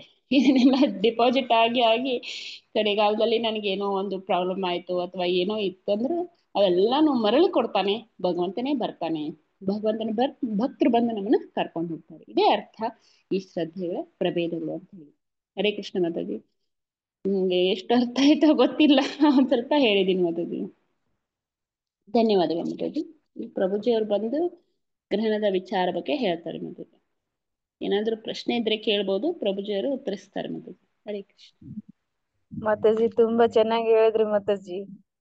ನಮಗೆ ನಗಂದ್ರೆ ನಗು ಮಾತಾಜಿ. ಭೌತಿಕದಲ್ಲಿ ನಾವು ಹೆಂಗಿದ್ರು ಮಾತಾಡ್ತಾರೆ, ನಾವು ಎಷ್ಟು ಸೈಲೆಂಟ್ ಆಗಿದ್ರು ಕೂಡ ನಮ್ಗೆ ಸಿಟ್ಟು ಬರೋ ತರ ಮಾತಾಡ್ತಾರೆ. ಅದ್ರನ್ನ ಕೂಡ ಇನ್ನ ತಾಳ್ಕೊಂಡು ಇರ್ಬೇಕಂತ ಇವಾಗ ಹೇಳಿದ್ರಲ್ ಮಾತಾಜಿ, ಇನ್ನ ಖುಷಿ ಆಯ್ತು ಮಾತಾಜಿ. ಧನ್ಯವಾದಗಳು. ಹರೇ ಕೃಷ್ಣ. ಹರೇ ಕೃಷ್ಣ ಮಾತಾಜಿ. ತುಂಬಾ ಧನ್ಯವಾದಗಳು ಮಾತಾಜಿ. ಇವತ್ತು ಚಾಂಟಿಂಗ್ ಬಗ್ಗೆ ತಿಳಿಸ್ಕೊಟ್ರಿ. ಮತ್ತೆ ನಾವು ವಾರಕ್ಕೊಂದೊಂದ್ಸತಿ ಸಾಧು ಸಂಘ ಹೋಗ್ಲೇಬೇಕು. ಅಲ್ಲಿ ಪ್ರಸಾದ, ಅವ್ರ ಜೊತೆ ಅವರು ಜಪ ಮಾಡ್ತಿರೋದು, ಡಿಟಿ ಪೂಜೆ ಮಾಡ್ತಿರೋದು ಎಲ್ಲ ನೋಡ್ತಾ ಇದ್ರೆ ನಮಗೂ ಒಂದು ಭಾವ ಬರುತ್ತೆ, ಶ್ರದ್ಧೆ ಬರುತ್ತೆ. ಎಲ್ಲಾರ್ನು ಕರ್ಕೊಂಡು ಹೋಗ್ಬೇಕು ಅನ್ನೋದೆಲ್ಲ ಚೆನ್ನಾಗಿ ತಿಳಿಸ್ಕೊಟ್ರಿ ಮಾತಾಜಿ. ಮತ್ತೆ ಈ ಶ್ರದ್ಧೆ ಬಗ್ಗೆ ತುಂಬಾ ಚೆನ್ನಾಗಿ ತಿಳಿಸ್ಕೊಟ್ರಿ ಮಾತಾಜಿ. ಪ್ರಭುಜಿಯವರು ಹೇಳಿದ್ರು, ಅದೇ ತರ ನೀವು ಹೇಳಿದ್ರಿ ಮಾತಾಜಿ. ತುಂಬಾ ಧನ್ಯವಾದಗಳು ಮಾತಾಜಿ. ಎಷ್ಟು ಭಕ್ತಿ ಸೇವೆಯಲ್ಲಿ ಎಷ್ಟು ಚೆನ್ನಾಗಿ ತಿಳ್ಕೊಂಡಿದ್ದೀರಾ ಮಾತಾಜಿ. ನಿಮ್ ಶ್ರದ್ಧೆ ನಮಗೂ ಬರ್ಲಿ ಅಂತ ಬೇಡ್ಕೊಳ್ಳಿ ಮಾತಾಜಿ ಕೃಷ್ಣನಲ್ಲಿ. ಅದೇನಿಲ್ಲ ಮಾತಾಜಿ, ಕನಿಷ್ಠ ಇದೆ. ಧನ್ಯವಾದಗಳು ಮಾತಾಜಿ. ಸ್ವಲ್ಪ ಅರ್ಥ ಆಯ್ತಲ್ಲ, ಅದೇ ಖುಷಿ ಮಾತಾಜಿ. ಧನ್ಯವಾದಗಳು ಮಾತಾಜಿ. ಹರೇ ಕೃಷ್ಣ. ಹರೇ ಕೃಷ್ಣ. ಈ ಚಾಂಟಿಂಗು ಮಾಡ್ತಾ ಇರ್ತೀವಿ ಮಾತಾಜಿ. ಏನಂದ್ರೆ ಅದು ನಮ್ಗೆ ಇದೇ ಇಲ್ಲ ಮಾತಾಜಿ. ಇವಾಗ ನೀವ್ ಹೇಳಿದ್ರಲ್ಲ, ಭಾವ ಬರ್ಬೇಕು, ಪ್ರೀತಿ ಬರ್ಬೇಕು ಅಂತ.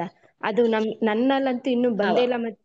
3 ವರ್ಷ ಆಯ್ತು ಮಾಡ್ತಾನೆ ಇದೀನಿ, ಆದ್ರೂ ಅದ್ರ ಮೇಲೆ ರುಚಿ ಇಲ್ಲ ಮಾತಾಜಿ ನನ್ಗೆ. ಇನ್ನು ನನ್ಗೆ ಎಷ್ಟು ಇದ್ ಮಾಡಿದ್ದೀನಿ ಅನ್ಸುತ್ತೆ ಮಾತಾಜಿ. ರುಚಿನೇ ನಮಗೆ ಕೂಡ ಅಸಲ್ ಅದ್ರ ಮಾಡ್ತೀವಿ ಮಾತಾಜಿ, ಆದ್ರೆ ಅದ್ರ ಮೇಲೆ ರುಚಿ ಇಲ್ಲ ಮಾತಾಜಿ. ಒಂದ್ ನಿಮಿಷ ಮಾತಾಜಿ, ನಾ ಹೇಳ್ತೀನಿ ಅದು. ಯಾಕಂದ್ರೆ ಈಗ LKG ಮಗು ಅಥವಾ ಫಸ್ಟ್ ಸ್ಟ್ಯಾಂಡರ್ಡ್ ಮಗುವನ್ನ ನೀವು ಒಂದು ಸ್ಕೂಲ್ ಹಾಕಿರ್ತೀರಿ ಮಾತಾಜಿ. ಆದ್ರೆ ಆ ಸ್ಕೂಲ್ಗೆ ಹೋಗೋಕೆ ಅದಕ್ಕೆ ಇಷ್ಟನೇ ಇರುದಿಲ್ಲ. ಒಂದ್ ಸ್ವಲ್ಪ ನೀವು ಹೇಳಿದ್ದನ್ನ ಅರ್ಥನೂ ಮಾಡ್ಕೋದಿಲ್ಲ. ಹೋಗ್ಬೇಕಾದ್ರೆ ಅಳುತ್ತೆ, ನಾ ಹೋಗೋದಿಲ್ಲ ಅಂತ ಹೇಳಿ. ಅದನ್ನ ಏನ್ ಮಾಡ್ತೀರಿ ನೀವು? ಎತ್ತಿ ಅದನ್ನ ಹೋಗಿ ಬಸ್ನಲ್ಲಿ ಕೂಡಿಸಿ ಬಿಡ್ತೀರಿ. ಅದು ಮನಸ್ಸಿಲ್ಲದನೆ ಹೋಗುತ್ತೆ. ಸ್ಕೂಲಲ್ಲೂ ಮನಸ್ಸಿಲ್ಲದೆ ಅಭ್ಯಾಸ ಮಾಡುತ್ತೆ, ಅಥವಾ ಶಿಕ್ಷಕರದ್ದು ಭಯದಿಂದನೂ ಆಗಿರ್ಬೋದು. ಮತ್ತೆ ಅದಕ್ಕೆ ಎಷ್ಟು ಖುಷಿ ಆಗುತ್ತೆ ಅಂದ್ರೆ ನಾ ಮನೆಗೆ ಹೋಗ್ತೇನೆ. ಇದೇ ಏನಾಗುತ್ತೆ, 6 ತಿಂಗಳಾಗುತ್ತೆ, ವರ್ಷ ಆಗುತ್ತೆ, ಫಸ್ಟ್ ಸ್ಟ್ಯಾಂಡರ್ಡು ಮುಗಿಯುತ್ತೆ, ಸೆಕೆಂಡ್ ಸ್ಟ್ಯಾಂಡರ್ಡು ಮುಗಿಯುತ್ತೆ. ಆಮೇಲೆ ಅವನಿಗೆ ಆಸಕ್ತಿ ಬರುತ್ತೆ. ಅವನು ಏನ್ ಮಾಡ್ತಾನಂದ್ರೆ ತಂದೆ ತಾಯಿ ಒಂದು ಹೇಳಿದ ಕೇಳಿ ಕೇಳಿ ಕೇಳಿ ಕೇಳಿ ಕೇಳಿ ಆಸಕ್ತಿ ಬರುತ್ತೆ. ಅದೇ ರೀತಿ ನಮ್ಗೆ, ನಿಮಗಾಗಿರ್ಬೋದು, ನನಗೂ ಆಗಿರ್ಬೋದು, ನಮ್ಗೆ ಅದ್ರ ಆಸಕ್ತಿ ಏನ್ ಬರುದಿಲ್ಲ. ಆದ್ರೆ ನಾವ್ ಅದನ್ನ ಏನ್ ಮಾಡ್ಬೇಕಂದ್ರೆ, ಮೊದಲೇದಾಗಿ ಗುರುಗಳು ಹೇಳಿದ್ದಾರೆ ಹೇಳಿದ್ದಾರೆ ಹೇಳಿದ್ದಾರೆ ಹೇಳಿದ್ದಾರೆ ಅಂತ ಹೇಳಿ ಮಾಡ್ತಾ ಹೋಗಿ. ಮನಸ್ಸು ಬರ್ತಾ ಇಲ್ವಾ? ಓಕೆ, ಏನು ಇಲ್ಲ, ಸುಮ್ಮನೆ ಜಪ ಮಾಡ್ತಾ ಮಾಡ್ತಾ ಮಾಡ್ತಾ ಮಾಡ್ತಾ ಅದು ಏನಾಗುತ್ತೆ, ಅಲ್ಲಿಗೆ ಆಸಕ್ತಿ ಬರುತ್ತೆ. ರೋಗಿ ಆದವನಿಗೆ ನೋಡ್ರಿ, ಅನ್ನ ಒಂದು ಹಾಲು ಕೊಡ್ರಿ, ಅದ ಇಷ್ಟನೇ ಆಗುದಿಲ್ಲ ಅವನಿಗೆ. ಅಥವಾ ಒಂದು ಏನಂತಾರೆ ಅದಕ್ಕೆ, ಕಬ್ಬಿನ ಹಾಲು ಏನಂತಾರೆ, ಯಾವುದೋ ಒಂದು ರೋಗ ಇದೆ, ಅದಕ್ಕೆ ಕಬ್ಬಿನ ಹಾಲು ಕೊಟ್ರೆ ಅದು ವಿಷ ಆಗುತ್ತಂತೆ. ಹಂಗೆ ಕಮಲೆ ರೋಗ ಇದ್ದವ್ರಿಗೆ ಅದು ವಿಷ ಆಗುತ್ತಂತೆ. ಆದ್ರೆ ಔಷಧಿಯಾಗಿರುತ್ತೆ ಕಬ್ಬಿನ ಹಾಲು. ಅದು ಇಷ್ಟನೇ ಇರುದಿಲ್ಲ, ಆದ್ರೂ ತಿಂತಾ ತಿಂತಾ ತಿಂತಾ ಹೋಗ್ರಿ. ಯಾರಿಗಾದ್ರೂ ಒಂದು ನೆಗಡಿ ಜ್ವರ ಬಂದಾಗ ಮೆಡಿಸಿನ್ ಯಾರಿಗಾದ್ರೂ ಇಷ್ಟ ಆಗುತ್ತೇನ್ರಿ? ಯಾವುದು ಇಷ್ಟ ಆಗೋದಿಲ್ಲ. ಅದನ್ನ ತಿಂತಾ ತಿಂತಾ ತಿಂತಾ ನಮ್ಗೆ ಆರೋಗ್ಯ ಸುಧಾರಿಸ್ತಂದ್ರೆ ಅದೇ ಒಳ್ಳೇದಲ್ಲ. ಆಸಕ್ತಿ ಬೇಡ. 6 ತಿಂಗಳ ನಿಮ್ಗೆ ಆಸಕ್ತಿ ಇಲ್ವಾ? ಓಕೆ. 1 ವರ್ಷನೂ ಆಸಕ್ತಿ ಇಲ್ಲ. ಆದ್ರೆ ನಮ್ಮ ಒಂದು ಭಾವ ನಮ್ದು ಏನಿರ್ಬೇಕಂದ್ರೆ, ನಮ್ಮ ಉದ್ದೇಶ, ನನ್ನ ಗುರುಗಳು ಹೇಳಿದ್ದಾರೆ ನಾ ಮಾಡ್ಬೇಕು, ಬರ್ಬರ್ತಾ ಅದ್ರ ಬಗ್ಗೆ ನಮ್ಗೆ ಶ್ರದ್ಧೆ, ಪ್ರೀತಿ ಬರ್ತಾ ಬರ್ತಾ ಬರ್ತಾ ಅದೇ ನಮ್ಗೆ ಆಸಕ್ತಿ ಬರುತ್ತೆ. ಇದೇ ಒಂದು ಮಾತು. ಹರೇ ಕೃಷ್ಣ ಮಾತಾಜಿ, ಧನ್ಯವಾದಗಳು. ಹರೇ ಕೃಷ್ಣ ಪ್ರಭುಜಿ, ದಂಡ. ಹರೇ ಕೃಷ್ಣ. ತುಂಬಾ ಧನ್ಯವಾದ ಮಾತಾಜಿ. ತುಂಬಾ ಚೆನ್ನಾಗಿ ಬಹಳ ವಿಷಯಗಳನ್ನೇ ಹೇಳ್ಕೊಟ್ರಿ. ನಾನು ಕೆಲವು ವಿಷಯಗಳ ಹಂಗೆ ಹೇಳ್ತಿದ್ದೆ. ನೋಡಿ, ಈ ಗುಂಪಲ್ಲಿ ಈ ಎಲ್ಲ ಭಕ್ತರಲ್ಲಿ ನಿರ್ಮಲಾ ಮಾತಾಜಿಯವರು ಬಹಳ ವಿಶೇಷ. ಮಾತಾಜಿಯವರು ಭಕ್ತಿಯನ್ನು ಎಷ್ಟು ಗಂಭೀರವಾಗಿ ತಗೊಂಡಿದ್ದಾರೆ ಅಂತಂದ್ರೆ, ನೋಡಿ, ಅವರ ವಾಸ ಸ್ಥಳವನ್ನ ಮಂದಿರದ ಸಮೀಪನೆ ಮಥುರಾ ವಾಸ 5 ಅಂಗಗಳಲ್ಲಿ, ಭಕ್ತಿ ಅಂಗಗಳಲ್ಲಿ ಏನು ಬಹಳ ಪ್ರಮುಖವಾಗಿ ಬೇಕಾಗಿದೆಯೋ ಮಥುರಾ ವಾಸ, ನೋಡಿ ಅದನ್ನ ಬಹಳ ಗಂಭೀರವಾಗಿ ತಗೊಂಡಿದ್ದಾರೆ ಮಾತಾಜಿಯವರು. ಮಂದಿರಕ್ಕೆ ಸಮೀಪವಾಗಿನೇ ಅವರ ನಿವಾಸ, ಅವ್ರ ಮನೆಯನ್ನ ಮಾಡಿದ್ದಾರೆ. ಮಾತಾಜಿಯವರ ಅವ್ರ ಮಗ ನೋಡಿ, ಅವರ ಮಗನನ್ನ ಮಂದಿರದ ಗುರುಕುಲಕ್ಕೆ ಸೇರಿಸಿದ್ದಾರೆ. ಇಸ್ಕಾನ್ ಬೆಳಗಾಂ ಗುರುಕುಲದಲ್ಲಿ ನೋಡಿ ಶಿಕ್ಷಣವನ್ನು ಪಡೆದಿದ್ದಾರೆ. ನೋಡ್ರಿ, ಹಂಗೆ ಇದು ಬಹಳ ಮುಖ್ಯ. ಅವರು ಸ್ವಲ್ಪನೇ ಸಮಯದಲ್ಲಿ ನೋಡಿ ಭಕ್ತಿಯನ್ನ ಗಂಭೀರವಾಗಿ ತಗೊಂಡು ಕಲ್ತ್ಕೊಂಡಿರುವಂತದ್ದು. ಮತ್ತೆ ಒಬ್ಬ ಶಿಕ್ಷಕಿ ಆಗಿರೋದ್ರಿಂದ ಮಾತಾಜಿಯವರು ನೋಡಿ ಅದನ್ನ ಪಾಠಣ ಮಾಡಕ್ಕೆ ತುಂಬಾ ಚೆನ್ನಾಗಿ ಅಲ್ಲಿ ನಾವು ಕಾಣ್ಬೋದು. ತಿಳ್ಕೊಂಡದ್ದನ್ನ ಕಲ್ತ್ಕೊಳ್ಳೋದು, ಪ್ರಾಕ್ಟೀಸ್ ಮಾಡೋದು, ಮತ್ತೆ ಇತರಿಗೂ ಹೇಳ್ಕೊಡೋದು, ಇದೇ ಭಕ್ತಿ ಸೇವೆ. ಬಹಳ ಮುಖ್ಯವಾಗಿ ಮಾಡ್ಬೇಕಿರೋದು. ನೋಡಿ, ನನಗೆ ತುಂಬಾ ಸಂತೋಷ, ಮಾತಾಜಿಯವರು ಹಲವಾರು ವಿಷಯಗಳನ್ನು ಇವತ್ತು ನಾವು ಬಯಸ್ತೇವೆ. ಮಾತಾಜಿಯವರು ಇನ್ನೂ ಹಂಗೆ ಹೆಚ್ಚಿನ ಜನಗಳಿಗೆ ಪ್ರೇರಕರಾಗ್ಲಿ. ಮಾತಾಜಿಯವರು ಮುಂದಿನ ದಿನಗಳಲ್ಲಿ ಸಾವಿರಾರು ಭಕ್ತರಿಗೆ ನೋಡಿ ಅವ್ರ ಮಾರ್ಗದರ್ಶನ ಮಾಡ್ತಾರದಾಗ್ಲಿ, ಅವರು, ಅವ್ರ ಮಗ, ಅವ್ರ ಇಡೀ ಕುಟುಂಬ, ಅದೇ ನಾವು ಪ್ರಾರ್ಥನೆ ಮಾಡ್ತೀವಿ. ಹರೇ ಕೃಷ್ಣ. ನಿಮಿಷ ಒಂದು ಇಂಪಾರ್ಟೆಂಟ್ ಕಾಲ್ ಬರ್ತಾ ಇದೆ.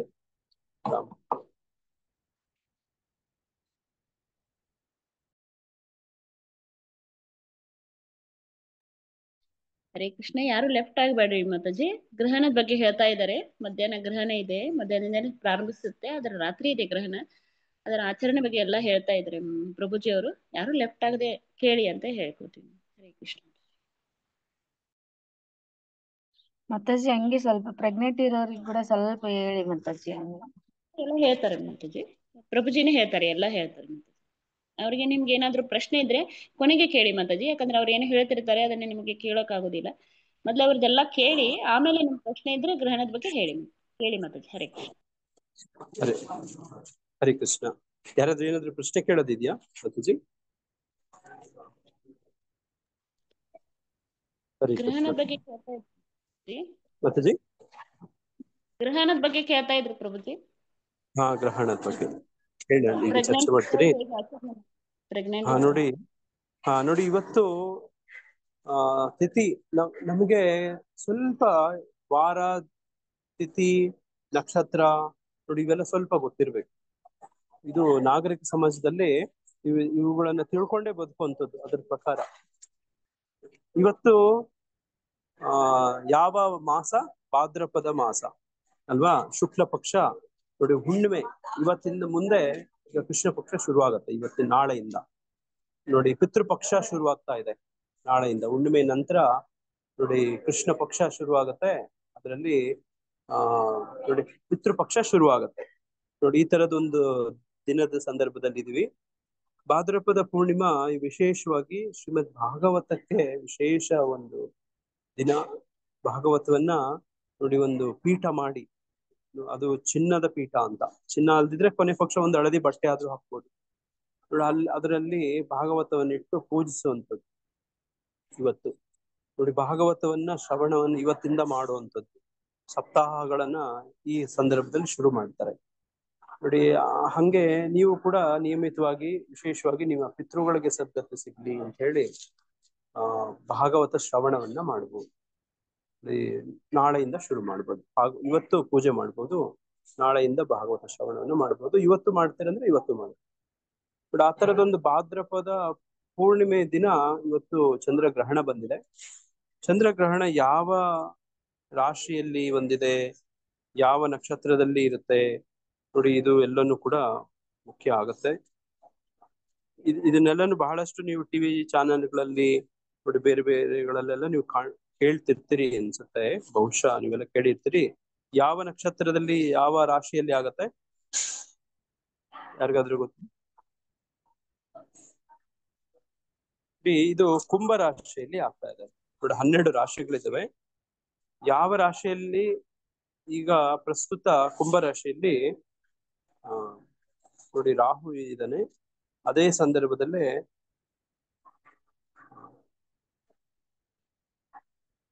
ವಿಶೇಷವಾಗಿ ಸಮಯ ಎಷ್ಟು ಕೊಡ್ತೀನಿ ಅಂದ್ರೆ 12 ಗಂಟೆ ಕೊಡ್ತೀನಿ.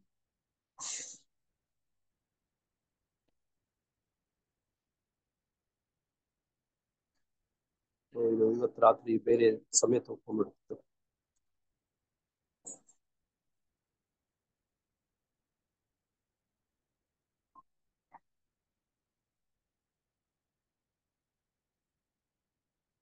ಹರೇ ಕೃಷ್ಣ.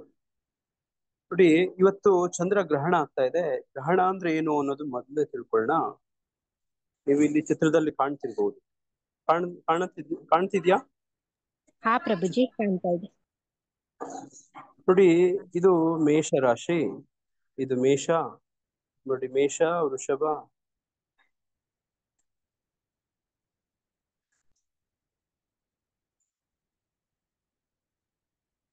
ನೋಡಿ ಇಲ್ಲಿಂದ ಮೇಷ ಶುರುವಾಗುತ್ತೆ.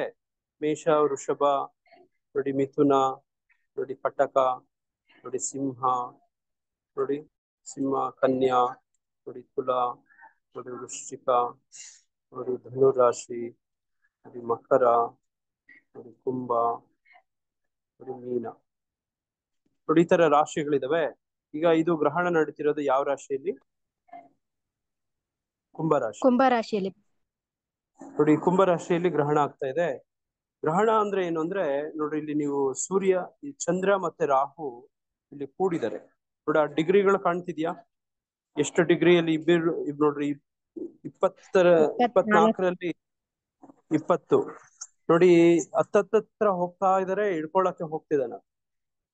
ನೋಡಿ ಯಾವ್ದು ಹುಣ್ಣಿಮೆ ಅಂತ ಹೇಳ್ತಾರೆ ಅಂದ್ರೆ ನೋಡ್ರಿ 180 ಡಿಗ್ರಿ ನೋಡಿ ಸೂರ್ಯನಿಂದ. ನೋಡಿ ಇಲ್ಲಿ ನಿಮ್ಗೆ ಸೂರ್ಯ ಕಾಣ್ತಿದ್ದಾನೆ, ನೋಡಿ ಇಲ್ಲಿ ಸೂರ್ಯ ಕಾಣ್ತಿದ್ದಾನಲ್ವಾ? ಸೂರ್ಯನಿಂದ 180 ಡಿಗ್ರಿ ದೂರ ಇದ್ದಾಗ ಅದು ಚಂದ್ರ 180 ಡಿಗ್ರಿಗೆ ಬಂದಾಗ ಮಧ್ಯದಲ್ಲಿ ಭೂಮಿ ಬಂದಾಗ ನೋಡಿ ಇದು ಗ್ರಹಣ ಸಂಭವಿಸುತ್ತೆ ನೋಡಿ ಅಂತ ಹೇಳೋವಂಥದ್ದು, ವೈಜ್ಞಾನಿಕವಾಗಿ ಹೇಳೋದು. ಮತ್ತೆ ಇದು ಜ್ಯೋತಿಷ್ಯ ಶಾಸ್ತ್ರದ ಪ್ರಕಾರನೂ ಕೂಡ ಇದು ಹೌದು ನೋಡಿ. ಹಂಗಾಗಿ ಇವತ್ತು ಗ್ರಹಣ ಆಗ್ತಾ ಇದೆ ನೋಡಿ, ಅದನ್ನೇ ತಾವು ಇಲ್ಲಿ ಕಾಣ್ತಿದ್ರಿ. ಇದು ಎಷ್ಟು ಗಂಟೆಗೆ ಶುರು ಆಗತ್ತೆ ಗ್ರಹಣ ಅಂತಂದ್ರೆ ಇದಕ್ಕೆ 3 ಸಮಯಗಳಿದಾವೆ ನಾವು ಹೇಳುವಂಥದ್ದು. ಒಂದು ಸೂತಕ ಕಾಲ. ನೋಡಿ ಸೂತಕ ಅಂದ್ರೆ ಯಾಕೆ? ನೋಡಿ ಯಾರಾದ್ರೂ ತೀರ್ಕೊಂಡ್ರೆ, ನೋಡಿ ಯಾರಾದ್ರೂ ಅದು ಅಶೋಚ ಸಮಯ, ನೋಡಿ ಇದೊಂಥರ ದುಃಖದ ಸಮಯ. ಯಾಕಂದ್ರೆ ಸೂರ್ಯ ಚಂದ್ರ ಜಗತ್ತಿಗೆ ತಂದೆ ತಾಯಿ ಇದ್ದಂಗೆ. ನೋಡಿ ಚಂದ್ರ ತಾಯಿ ಇದ್ದಂಗೆ ಸೂರ್ಯ ತಂದೆ. ನೋಡಿ ಸೂರ್ಯ ರಾಜ, ಚಂದ್ರ ರಾಣಿ, ಈ ತರದ್ದು. ನೋಡಿ ಈಗ ಇವ್ರಿಗೆ ಕಷ್ಟ ಕಾಲ ಬರುತ್ತೆ ನೋಡಿ, ಜಗತ್ತಿಗೆ ಬೆಳಕು ಕೊಡೋವರೆಗೂ ಕೂಡ ಈ ತರ ಸಂಭವಿಸೋದು ನೋಡಿ. ಅವ್ರಿಗೂ ಕೂಡ ನೋಡಿ ಕಾಟ ತಪ್ಪಿದ್ದಲ್ಲ ನೋಡಿ, ಬಾಧೆ ಕಷ್ಟಗಳು ತಪ್ಪಿದ್ದಲ್ಲ ಅನ್ನೋಂತ ಹೇಳುವಂತ ಒಂದು ಪ್ರಯತ್ನ ನೋಡಿ. ಅದಕ್ಕೆ ಇದು ಸೂತಕ ನೋಡಿ. ಹಂಗೆ ಈ ಎಷ್ಟು ಗಂಟೆಗೆ ಸೂತಕ ಶುರು ಆಗತ್ತೆ ಅಂತಂದ್ರೆ ಬರೆದಿಟ್ಕೊಳ್ಳಿ, ಜ್ಞಾಪಕ ಇಟ್ಕೊಳ್ಳಿ. ನೋಡಿ 12:57ಕ್ಕೆ ಶುರು ಆಗುತ್ತೆ, ಅಥವಾ 59 ಅಂತಾರೆ ಕೆಲವರು, 57, 50, ಒಂದು 12:50 ಆಸುಪಾಸು ಅನ್ಕೊಳ್ಳಿ ನೀವು. ನೋಡ್ರಿ ಈ ಸೂತಕ ಯಾಕೆ ಇದು ಸೂತಕ ಅಂದ್ರೆ ಇಲ್ಲಿಂದ 9 ಗಂಟೆಗಳ ನಂತರ, ಅಂದ್ರೆ ಯಾವಾಗ ಗ್ರಹಣ ಹಿಡಿಯುತ್ತೋ ಅದಕ್ಕಿಂತ 9 ಗಂಟೆಗಳ ಮೊದಲು ಈ ಸೂತಕ ಶುರುವಾಗುತ್ತೆ. ಹಾಗಿದ್ರೆ ಎಷ್ಟು ಗಂಟೆ ಗ್ರಹಣ ಶುರು ಆಗುತ್ತೆ ಅಂದ್ರೆ 9:57 ಗ್ರಹಣ ಶುರು ಆಗುತ್ತೆ. ಗ್ರಹಣ ಅಂದ್ರೆ ಏನಂದ್ರೆ ಹಿಡ್ಕೊಳ್ಳೋದು, ಗ್ರಹಿಸುವುದು. ನೋಡಿ ರಾಹು ಸೂರ್ಯನನ್ನ ಹಿಡಿಯುವಂತ ಸಂದರ್ಭ ನೋಡಿ. ಇಲ್ಲಿ ನೀವು ಕಾಣ್ತಾ ಇದ್ದೀರಿ ಅಲ್ವಾ? ಚಂದ್ರ ನೋಡಿ ಈ ಕಡೆಯಿಂದ ಬರ್ತಿದ್ದಾನೆ ನೋಡಿ, ಮಕರದಿಂದ ನೋಡಿ ಕುಂಭರಾಶಿಗೆ ಪ್ರವೇಶ ಮಾಡ್ತಿದ್ದಾನೆ. ಮ್ಯೂಟ್ ಮಾಡ್ಕೊಳ್ಳಿ, ಮತ್ತೆ ಮ್ಯೂಟ್ ಮಾಡಿ ಅವ್ರು ಯಾರು. ನೋಡಿ ರಾಹು ಈ ಮನೆ ಕುಂಭದಲ್ಲಿ ಬಹಳ ದಿನಗಳಿಂದ ಇದ್ದಾನೆ ನೋಡಿ, ಈ ಕಡೆಯಿಂದ ಬರ್ತಿದ್ದಾನೆ ರಾಹು.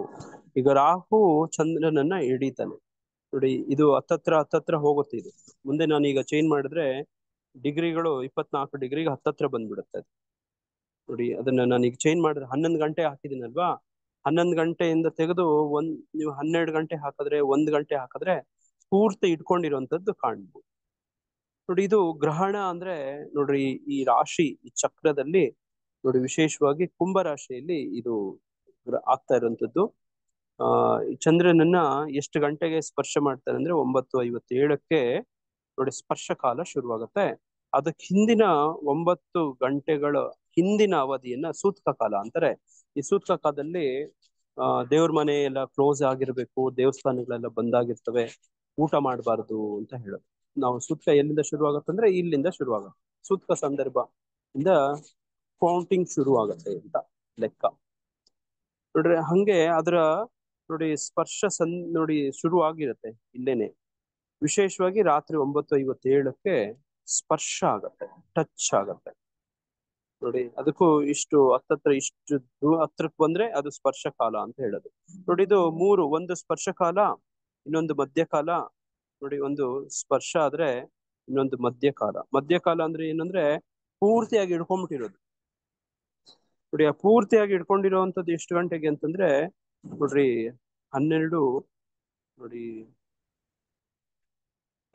ನೋಡಿ ಮಧ್ಯಕಾಲ 11:42ಕ್ಕೆ ಮಧ್ಯಕಾಲ. ಮಧ್ಯಕಾಲ ಅಂದ್ರೆ ಏನಂದ್ರೆ ನೋಡಿ ಹಿಂಗ ನೋಡಿ ಸ್ಪರ್ಶ ಆಗತ್ತೆ 9:57ಕ್ಕೆ. ಅದಾದ್ಮೇಲೆ ಪೂರ್ತಿಯಾಗಿ ನೋಡಿ ಸ್ಪರ್ಶ ಪೂರ್ತಿಯಾಗಿ ಹಿಡ್ಕೋತಾನೆ 11:42ಕ್ಕೆ. ಆಮೇಲೆ ಬಿಡ್ತಾ ಹೋಗ್ತಾನೆ. ಆಮೇಲೆ ಎಷ್ಟು ಗಂಟೆಯಿಂದ 11:42ಕ್ಕೆ ಪೂರ್ತಿಯಾಗಿ ಹಿಡ್ಕೊಂಡಿರ್ತಾನೆ. ಆಮೇಲೆ 11:22ಕ್ಕೆ ಮೋಕ್ಷ ಕಾಲ ಪೂರ್ತಿಯಾಗಿ ಬಿಟ್ಬಿಡ್ತಾನೆ ಅಂತ ನೋಡಿ. ಅರ್ಥ ಆಗ್ತಿದ್ಯಾ ನಾ ಹೇಳಿದ್ದು? ಸ್ಪರ್ಶಕಾಲ, ಮಧ್ಯಕಾಲ, ಮೋಕ್ಷ ಕಾಲ. ಅದಕ್ ಮೊದ್ಲು ಸೂತಕ ಕಾಲ. ಅರ್ಥ ಆಯ್ತಾ ಮಾತಾಜಿ? ಅರ್ಥ ಆಯ್ತು ಪ್ರಭುಜಿ, ಅರ್ಥ ಆಯ್ತು. ಈಗ ನೀವು ಊಟ ಯಾವಾಗಿಂದ ಮಾಡಬಾರ್ದು ಅಂದ್ರೆ ಸೂತಕ ಕಾಲದಿಂದ ಮಾಡಬಾರ್ದು. ಆದ್ರೆ ಒಂದು ವಿನಾಯಿತಿ ಅಂದ್ರೆ ಯಾರು ಗರ್ಭಿಣಿ ಸ್ತ್ರೀಯರು ಮತ್ತೆ ಬಾಣಂತಿಯರು ಇರ್ತಾರೆ, ಇವ್ರಿಗೆಲ್ಲ ಸ್ವಲ್ಪ ಎಕ್ಸೆಪ್ಷನ್ ಇದೆ. ಎಲ್ಲಿವರೆಗೂ ಅಂದ್ರೆ ನೋಡಿ 3 ಗಂಟೆ 3:30 ಈ ಒಂದು ಸಂದರ್ಭದವರೆಗೂ ನೋಡಿ. ಈ ಇದ್ರ ಮಧ್ಯೆನೆ ನೋಡಿ 12:57 ನೋಡಿ ಇಲ್ಲಿ ಹೇಳ್ದಂಗೆ 9 ನೋಡಿ ಮಧ್ಯಾಹ್ನ 12:57 ನಂತರ ಊಟ ಮಾಡಬಾರ್ದು ಅಂತ ಹೇಳ್ತಾರೆ. ಆದ್ರೆ ಯಾರಿಗಾದ್ರೂ ರೋಗ ಮತ್ತೆ ವೃದ್ಧಾಪ್ಯ ಮತ್ತೆ ಬಸ್ರಿ ಬಾಣಂತನ ಈ ತರದಿದ್ದವರು 3:30 ಈ ಸಂದರ್ಭವರೆಗೂ ತಗೋಬಹುದು ಅನ್ನೋ ತರದ್ದು. ಆದ್ರೆ ಅದರ ನಂತರ ಏನಾದ್ರು ಅಂದ್ರೆ ಲಿಕ್ವಿಡ್ಸ್ ಏನಾದ್ರು ತಗೊಳ್ಳೋದು, ಅನ್ನ ತಿನ್ಬಾರ್ದು ಅಂತ ಹೇಳೋದು. ಆದ್ರೆ ಯಾರಿಗೆ ಆಗೋದೇ ಇಲ್ವೋ, ಆರೋಗ್ಯ ತೀವ್ರ ಸಮಸ್ಯೆ ಇದೆಯೋ, ನೀವೇನಾದ್ರೂ ಹಣ್ಣು ತಗೊಳ್ಳೋಂಥದ್ದು ಆ ತರದ್ದು ಏನಾದ್ರು ದಯವಿಟ್ಟು ಮಾಡಿ. ಮತ್ತೆ ಅದೊಂದು ಸಮಸ್ಯೆ ಆಪತ್ ಮಾಡ್ಕೋಬೇಡಿ ನೋಡಿ. ಆ ತರದ್ದು ನೀವು ಮಾಡ್ಬೋದು ನೋಡಿ. ಈಗ ಭಕ್ತರಾಗಿ ಇವತ್ತು ಹೆಂಗೆ ಇದನ್ನ ಒಳ್ಳೆ ಲಾಭ ಮಾಡ್ಕೊಳ್ಳೋದು ಅನ್ನೋದು ವಿಚಾರ ನೋಡಿ. ಆವಾಗ್ಲೇ ಇದು ಹೇಳ್ದಂಗೆ ಇದೆಲ್ಲನೂ ಸೂತಕ. ದುಃಖ ಸಮಯ, ಕಷ್ಟ ಸಮಯ ನೋಡಿ. ಲೋಕಕ್ಕೆ ತಂದೆ ತಾಯಿಗಳಾಗಿರುವಂತವ್ರು ನೋಡಿ, ತಾಯಿ ಆಗಿರುವಂತ ಚಂದ್ರನನ್ನ ಗ್ರಹ ಇಟ್ಕೊಳ್ಳೋದು ಅಂದ್ರೆ ಇದು ಸೂತಕ ನೋಡಿ. ಆದ್ರೆ ಈ ಭಕ್ತಿ ಸಾಧನೆ, ಜಪ ತಪಕ್ಕೆ, ಮಂತ್ರ ಸಿದ್ಧಿಗೆ ಒಳ್ಳೆ ಸಂದರ್ಭ ಅಂತ ಹೇಳೋದು. ಬಹಳಷ್ಟು ಜನ ಗ್ರಹಣ ದಿನಕ್ಕೆ ಕಾಯ್ಕೊಂಡಿರ್ತಾರೆ. ತಾಂತ್ರಿಕರು ಮಾಂತ್ರಿಕರು ಗ್ರಹಣಕ್ಕೆ ಕಾಯ್ಕೊಂಡಿರ್ತಾರೆ. ಗ್ರಹಣ ಬಂದಾಗ ಅವರ ಸಾಧನೆ ಸಿದ್ಧಿಗಳನ್ನ ಪಡ್ಕೊಳ್ಳೋಕೆ ಶುರು ಮಾಡ್ತಾರೆ ನೋಡಿ. ನಮ್ಗೆ ಯಾವ್ದು ಸಾಧನೆ ಸಿದ್ಧಿಗಳು ಬೇಡ ನೋಡಿ. ನಾವು ಈ ಸಂದರ್ಭ ಕರ್ಮಗಳನ್ನ ಕಳ್ಕೊಳ್ಳೋಕೆ ಬಹಳ ಮಾಡಿಸಿದಂಥದ್ದು. ಹೆಂಗೆ ಏಕಾದಶಿ ನೋಡಿ ಇವರೊಂದು ವ್ರತ ಕರ್ಮಗಳು ಕಳ್ಕೊಳ್ಳೋಕೆ ಒಂದು ಒಳ್ಳೆ ದಿನಾನೋ, ಅದೇ ತರನೇ ಗ್ರಹಣನು ಕೂಡ ನೋಡಿ ಕರ್ಮಗಳನ್ನ ಕಳೆಯೋಕೆ ನೋಡಿ. ಹಂಗೆ ತಾವೆಲ್ಲರೂ ಇಡೀ ದಿನ ಮಾಡ್ಬೋದು. ವಿಶೇಷವಾಗಿ ಈ ಸಂದರ್ಭದಲ್ಲಿ 9:57ರಿಂದ ತಾವು ತೀವ್ರವಾಗಿ, ವಿಶೇಷವಾಗಿ ಈ ಸಂದರ್ಭದಲ್ಲಿ ಏನ್ ಮಾಡ್ಬೇಕು ಅಂದ್ರೆ ಸ್ನಾನ ಮಾಡ್ಬೇಕು ನೋಡಿ. ಸ್ನಾನ ಮಾಡಿ ಶುಚಿ ಬಟ್ಟೆಯಲ್ಲಿ ನೋಡಿ ನೀವು ಜಪ ತಪಕ್ಕೆ ಕೂತ್ಕೋಬಹುದು ನೋಡಿ. ವಿಶೇಷವಾಗಿ ತಣ್ಣೀರ್ ಸ್ನಾನ ಮಾಡ್ತಾರೆ ಅಂದ್ರೆ ಒಳ್ಳೇದು. ಅದು ವಿಶೇಷ ನದಿ ಸಮುದ್ರ ಸ್ನಾನ ಅಂದ್ರೆ ಅತ್ಯುತ್ತಮ. ಈಗ ನಮ್ಮ ಹತ್ರ ನದಿ ಇಲ್ಲ, ಸಮುದ್ರ ಇಲ್ಲ ನಾವು ಅಂದ್ರೆ ನೀವು ಮಂತ್ರ ಗಂಗೆ ಚೈಮುನೆ ಚೈವ ಗೋದಾವರಿ ಸರಸ್ವತಿ ನರ್ಮದೆ ಸಿಂಧು ಕಾವೇರಿ ಜಲೇಸ್ಮಿನ್ ಸನ್ನಿಧಿಂ ಕುರು ಅಂತ ಹೇಳಿ ಗುರುಗಳನ್ನ ನೆನೆಸ್ಕೊಳ್ತಾ ಹರೇ ಕೃಷ್ಣ ಮಹಾಮಂತ್ರ ಹೇಳ್ತಾ ಸ್ನಾನ ಮಾಡಿದ್ರೆ ಅದು ನದಿ ಸ್ನಾನಕ್ಕಿಂತ ಇನ್ನೂ ಶ್ರೇಷ್ಠ ಆಗುತ್ತೆ ನೋಡಿ. ಆ ತರದ್ದು ನೀವು ಯಾವಾಗ ಮಾಡ್ಬೇಕಂದ್ರೆ ಸ್ಪರ್ಶ ಕಾಲದಲ್ಲಿ ಸ್ನಾನ ಮಾಡ್ಬೇಕು ನೋಡಿ. ಸ್ಪರ್ಶ ಕಾಲದಲ್ಲಿ ಸ್ನಾನ ಮಾಡ್ಬೇಕು. ಆಮೇಲೆ ನೋಡಿ 9:57ರಿಂದ ನೋಡಿ ಈ ಮಧ್ಯಕಾಲ ಮೋಕ್ಷ ಕಾಲದವರೆಗೂ ನೀವು ಜಪ ತಪವನ್ನ ಮಾಡಬೇಕು. ನಿದ್ದೆ ಮಾಡಬಾರ್ದು. ಈ ಸಂದರ್ಭದಲ್ಲಿ ಹೇಳ್ತಾರೆ ನೋಡಿ 9:57ರಿಂದ ನೋಡಿ 1:22ವರೆಗೂ ನೋಡಿ ಮಲಮೂತ್ರ ಕೂಡ ವಿಸರ್ಜನೆ ಮಾಡಬಾರ್ದು ಅಂತ ಹೇಳ್ತಾರೆ. ಸಾಧ್ಯವಾದ್ರೆ ನೀವು ಅದನ್ನ ಪಾಲನೆ ಮಾಡ್ಬೋದು. ಆಗೋದೇ ಇಲ್ಲ ಅಂದ್ರೆ ಭಗವಂತನ ಮೇಲೆ ನೋಡಿ ಭಾರ ಹಾಕಿ ನೋಡಿ ಹಂಗೆ ಇಟ್ಕೊಂಡೇ ಇರ್ರಿ ಅಂತ ಹೇಳಕ್ ಆಗಲ್ಲ ನೋಡಿ. ಸಾಧ್ಯವಾದ್ರೆ ನೋಡಿ ನೀವು ಬೇಕಾದ್ರೆ ಅವಾಯ್ಡ್ ಮಾಡ್ಬೋದು ಅಂತ ಹೇಳೋದು. ಸಾಧ್ಯವಾದ್ರೆ ಅವಾಯ್ಡ್ ಮಾಡಿ. ಈ ಸಂದರ್ಭದಲ್ಲಿ ನೋಡಿ ಜಪ ತಪಗಳು ಇಂಥದ್ದು ಬಿಟ್ಟು ಬೇರೆ ಏನು ಮಾಡಬೇಡಿ ಅಂತ. ಯಾವುದೇ ಈ ತರದ್ದು ಏನು ಮಾಡಬಾರ್ದು. ಜಪ ತಪ ಬಿಟ್ಟು ಏನೋ ತಿನ್ನೋದು ಕುಡಿಯೋದು ನೋಡಿ ಈ ತರದ್ದು ಏನು ಮಾಡಬೇಡಿ ಅಂತ ಹೇಳೋದು ನೋಡಿ. ಹಿಂಗೆ ನೋಡಿ 1:28 ಆದ್ಮೇಲೆ ಮಧ್ಯರಾತ್ರಿ ನೋಡಿ ಮತ್ತೆ ಉಟ್ಟು ಬಟ್ಟೆಯಲ್ಲೇ ಸ್ನಾನ ಮಾಡೋದು ನೋಡಿ. ಉಟ್ಟು ಬಟ್ಟೆಯಲ್ಲೇ ಸ್ನಾನ ಮಾಡ್ಬೇಕಾಗತ್ತೆ. ತಣ್ಣೀರಲ್ಲಿ ಇದು ಮಾಡಿದ್ರೆ ಅತ್ಯುತ್ತಮ. ಇಲ್ಲ ನಾನು ವಯಸ್ಸಾಗಿದೆ, ರಾತ್ರಿ ಚಳಿ ಥಂಡಿ ಅಂದ್ರೆ ಅದು ನಿಮ್ ಇಷ್ಟ ನೋಡಿ. ಅದು ಅವಾಗ್ಲೂ ಕೂಡ ಅವಾಗ್ಲೇ ಹೇಳ್ದಂಗೆ ನದಿಗಳನ್ನೆಲ್ಲ ಆಹ್ವಾನ ಮಾಡಿ ನೋಡಿ ಗುರುಕೃಷ್ಣರ ಪ್ರಾರ್ಥನೆ ಮಾಡಿ ನೋಡಿ ಸ್ನಾನ ಮಾಡಿ ನೋಡಿ ಶುಚಿಯಾಗಿ ನೀವು ಬೇಕಾದ್ರೆ ಆಗ ವಿಶ್ರಾಂತಿ ಮಾಡ್ಬೋದು. ಆವಾಗ ನೋಡಿ, ಬೆಳಗ್ಗೆ ಎದ್ದು ನಿಮ್ಮ ಮನೆ ತೊಳ್ಕೊಳ್ಳೋದು, ಒರೆಸ್ಕೊಳ್ಳೋದು, ಪೂಜೆ ಮಾಡೋದು, ನೋಡಿ ದಾನ ಕೊಡೋದು, ವಿಶೇಷವಾಗಿ ಯಾವ್ದಾದ್ರು ಭಗವಂತನ ದೇವಸ್ಥಾನಕ್ಕೆ ಹೋಗೋದು, ವಿಷ್ಣು ದೇವಸ್ಥಾನಕ್ಕೆ ಹೋಗಿ ನೋಡಿ ಅಲ್ಲಿ ನೀವೇನ್ ದಾನ ಕೊಡ್ಬೋದು ಅಂದ್ರೆ ನೋಡಿ ಅಕ್ಕಿ ದಾನವನ್ನ ಕೊಡ್ಬೋದು. ವಿಶೇಷವಾಗಿ ಚಂದ್ರನಿಗೆ ನೋಡಿ ನೀವು ಅವ್ರಿಗೆ ಕೊಡ್ಬೋದು ನೋಡಿ. ಮತ್ತೆ ಪ್ರಾರ್ಥನೆ ಮಾಡ್ಕೋಬಹುದು, ಅವ್ರ ಹತ್ರ ಆಶೀರ್ವಾದ ತಗೋಬಹುದು. ನೋಡಿ ಈ ತರದೆಲ್ಲ ಮಾಡ್ಬೋದು. ವಿಶೇಷವಾಗಿ ನಿಮ್ಮ ರಾಶಿ ನಕ್ಷತ್ರಗಳು ನಿಮ್ಗೆ ಗೊತ್ತಿರ್ಬೇಕು ನೋಡಿ. ಇದು ಸಂಭವಿಸ್ತಿರುವಂತದ್ದು ಶತಭೀಷ ನಕ್ಷತ್ರದಲ್ಲಿ ನೋಡಿ. ಪೂರ್ವಪಾದ ನಕ್ಷತ್ರ ಮತ್ತೆ ಶತಭೀಷ ಇವೆರಡಲ್ಲಿ ನೋಡಿ ಚಂದ್ರ ಎಲ್ಲಿರ್ತಾನೆ ಅಂದ್ರೆ ಭಾದ್ರಪದ ನಕ್ಷತ್ರದಲ್ಲಿ ಇರ್ತಾನೆ. ಯಾರಾದ್ರೂ ನೀವು ಪೂರ್ವ ಭಾದ್ರಪದ ನಕ್ಷತ್ರದವರು, ಕುಂಭರಾಶಿಯವರು ನೋಡಿ, ಕುಂಭರಾಶಿ ನೋಡಿ, ಪೂರ್ವ ಭಾದ್ರಪದ ನಕ್ಷತ್ರ ಮತ್ತೆ ಶತಭೀಷ ನಕ್ಷತ್ರ ನೋಡಿ. ಶತಭೀಷ ನಕ್ಷತ್ರ, ಪೂರ್ವ ಭಾದ್ರಪದ ನಕ್ಷತ್ರ ಇವೆರಡು ಇದ್ರೆ ನೀವು ಖಂಡಿತ ಈ ಗ್ರಹಣವನ್ನ ಗಂಭೀರವಾಗಿ ತಗೊಳ್ಳೇಬೇಕು. ಮತ್ತೆ ಅದಕ್ಕೆ ಸೂಕ್ತವಾದಂತ ಶಾಂತಿ ಮತ್ತೆ ಅದನ್ನ ಮಾಡಿಸ್ಬೇಕು ಅಂತ ಹೇಳೋದು. ಇಲ್ಲದೆ ಇದ್ರೆ ಏನಾಗುತ್ತೆ ಅಂದ್ರೆ ಏನು ಗಾಬರಿ ಆ ಥರದ್ದೇನಿಲ್ಲ, ದೋಷ ಬರುತ್ತೆ ನೋಡಿ. ಆರೋಗ್ಯ ಸಮಸ್ಯೆಗಳು ನೋಡಿ, ಕಲಹಗಳು ನೋಡಿ, ಅಪವಾದಗಳು, ಅಪನಿಂದನೆಗಳು ನೋಡಿ, ಈ ಕುಟುಂಬದಲ್ಲಿ ಮತ್ತೆ ಆರ್ಥಿಕ ಸಮಸ್ಯೆ ಈ ತರದ್ದು ಸಾಧ್ಯತೆಗಳಿರ್ತವೆ ಅಂತ ಹೇಳೋದು. ಸಾಧ್ಯತೆಗಳಿರ್ತವೆ, ಹಾಗೆ ಆಗತ್ತೆ ಅಂತ ಹೇಳಕ್ಕಾಗಲ್ಲ. ವಿಶೇಷವಾಗಿ ಭಕ್ತರಿಗೆ ನೀವು ಯಾರು ಈಗ ನಿರ್ಮಲ ಮಾತಾಜಿ ಇಷ್ಟು ಹೇಳಿದ್ರಲ್ವಾ, ಗುರುಗಳಲ್ಲಿ ಶರಣಾಗಿರ್ತಾರೆ, ಕೃಷ್ಣನಲ್ಲಿ ಶರಣಾಗಿರ್ತಾರೆ, ಜಪವನ್ನು ನಿರಂತರವಾಗಿ ಮಾಡ್ತಿರ್ತಾರೆ, ಭಕ್ತಿ ಮಾಡ್ತಿರ್ತಾರೆ, ಇವ್ರಿಗೆ ವಿಶೇಷ ಆದ್ರೇನು ಕೂಡ ಹಂಗಂತೇಳಿ ನಾವು ಸುಮ್ಮನೆ ಇರಕ್ಕಾಗಲ್ಲ.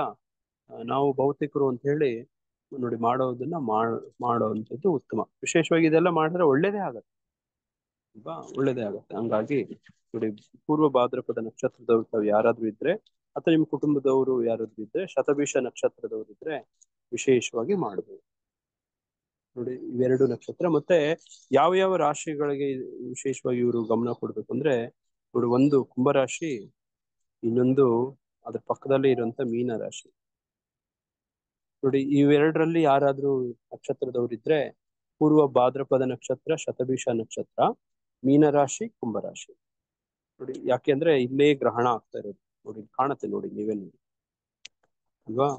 ನೋಡ್ರಿ ಈ ತರದವರು ಮಾಡ್ಬೋದು ನೋಡಿ. ಇದು ಇಷ್ಟ ಆಯ್ತು. ಆಮೇಲೆ ನಿಮ್ ಮನೆಯಲ್ಲಿ ಇರುವಂತ ಅಡುಗೆ ನೀವೆಲ್ಲ ಸಾಮಾನ್ಯವಾಗಿ ನಿಮ್ಗೆ ಗೊತ್ತೇ ಇರುತ್ತೆ, ದರ್ಬೆ ಹಾಕೋದು.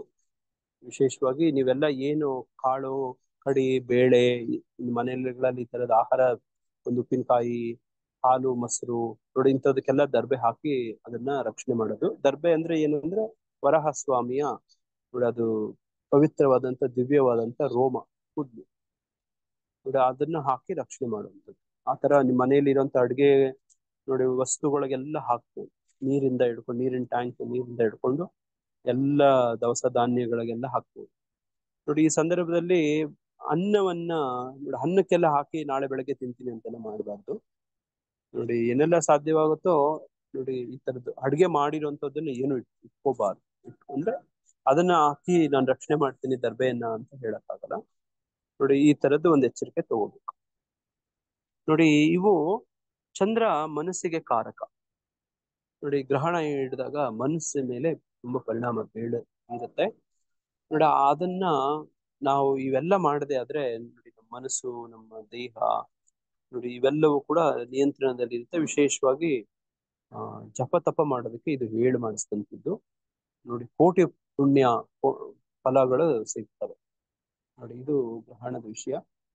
ವಿಶೇಷವಾಗಿ ನಾವು ಭಕ್ತರು ನಾವು ಹರೇ ಕೃಷ್ಣ ಮಹಾಮಂತ್ರವನ್ನ ಈ ಸ್ಪರ್ಶ ಕಾಲದಿಂದ 9:57 ನೋಡಿ 1 ನೋಡಿ 28ರವರೆಗೂ, 1:28 ಅಂದ್ರೆ 30 ಅನ್ಕೊಳ್ಳಿ, 30, 35 ಅನ್ಕೊಳ್ಳಿ, 1:30 ಅದ್ರ ಮೇಲೇನು ಅನ್ಕೊಳ್ಳಿ ನೋಡಿ. ಅಲ್ಲಿವರೆಗೂ ನೀವು ಜಪ ಮಾಡ್ಕೊಂಡು ಇರ್ಬಹುದು. ಒಳ್ಳೆ ಸಮಯ ಇದು. ಈ ಸಂದರ್ಭದಲ್ಲಿ ಏನು ಚಿಂತಿಸ್ಬೇಡಿ, ಸಂಪೂರ್ಣವಾಗಿ ಜಪಕ್ಕೆ ಮಗ್ನ ಕೊಡಿ. ನಿಮ್ಮ ಪೂರ್ವಿಕರು ವಿಶೇಷ ಭಾದ್ರಪದ ಪೂರ್ಣಿಮೆಯಲ್ಲಿ ಆಗಿರುವಂತ ಸಂದರ್ಭ, ನಿಮ್ಮ ಪೂರ್ವಿಕರಿಗೆಲ್ಲ ಮೋಕ್ಷಕ್ಕೆ ಪ್ರಾರ್ಥನೆ ಮಾಡ್ಕೊಳ್ಳಿ, ಇದು ಬಹಳ ಅವಶ್ಯಕ ನೋಡಿ. ನಿಮಗೆ ಭಕ್ತಿ ಸಾಧನೆ ಸೇವೆಗಳು ಕೂಡ ಪ್ರಾರ್ಥನೆ ಮಾಡ್ಕೊಳ್ಳಿ. ಗುರುಗಳ ಕೈಯಲ್ಲಿ ಒಂದು ನಮ್ಮನ್ನ ಒಂದು ಸಾಧನವಾಗಿ, ಒಂದು ಸಲಕರಣೆಯಾಗಿ ಉಪಯೋಗಿಸ್ಕೊಳ್ಳೋ ತರ ಪ್ರಾರ್ಥನೆ ಮಾಡ್ಕೊಳ್ಳಿ. ನೋಡಿ, ನಿಮ್ಮ ಕರ್ಮಗಳೆಲ್ಲನೂ ಕಳೀಲಿ ಅಂತ ಕೂಡ ಪ್ರಾರ್ಥನೆ ಮಾಡ್ಕೊಳ್ಳಿ. ಎಲ್ಲರಿಗೂ ಒಳ್ಳೇದಾಗ್ಲಿ. ಯಾರಾದ್ರೂ ಏನಾದ್ರು ಹೇಳೋದಿದ್ಯಾ ಮಾತಾಜಿ? ಹೇಳೋದಿದ್ಯಾ?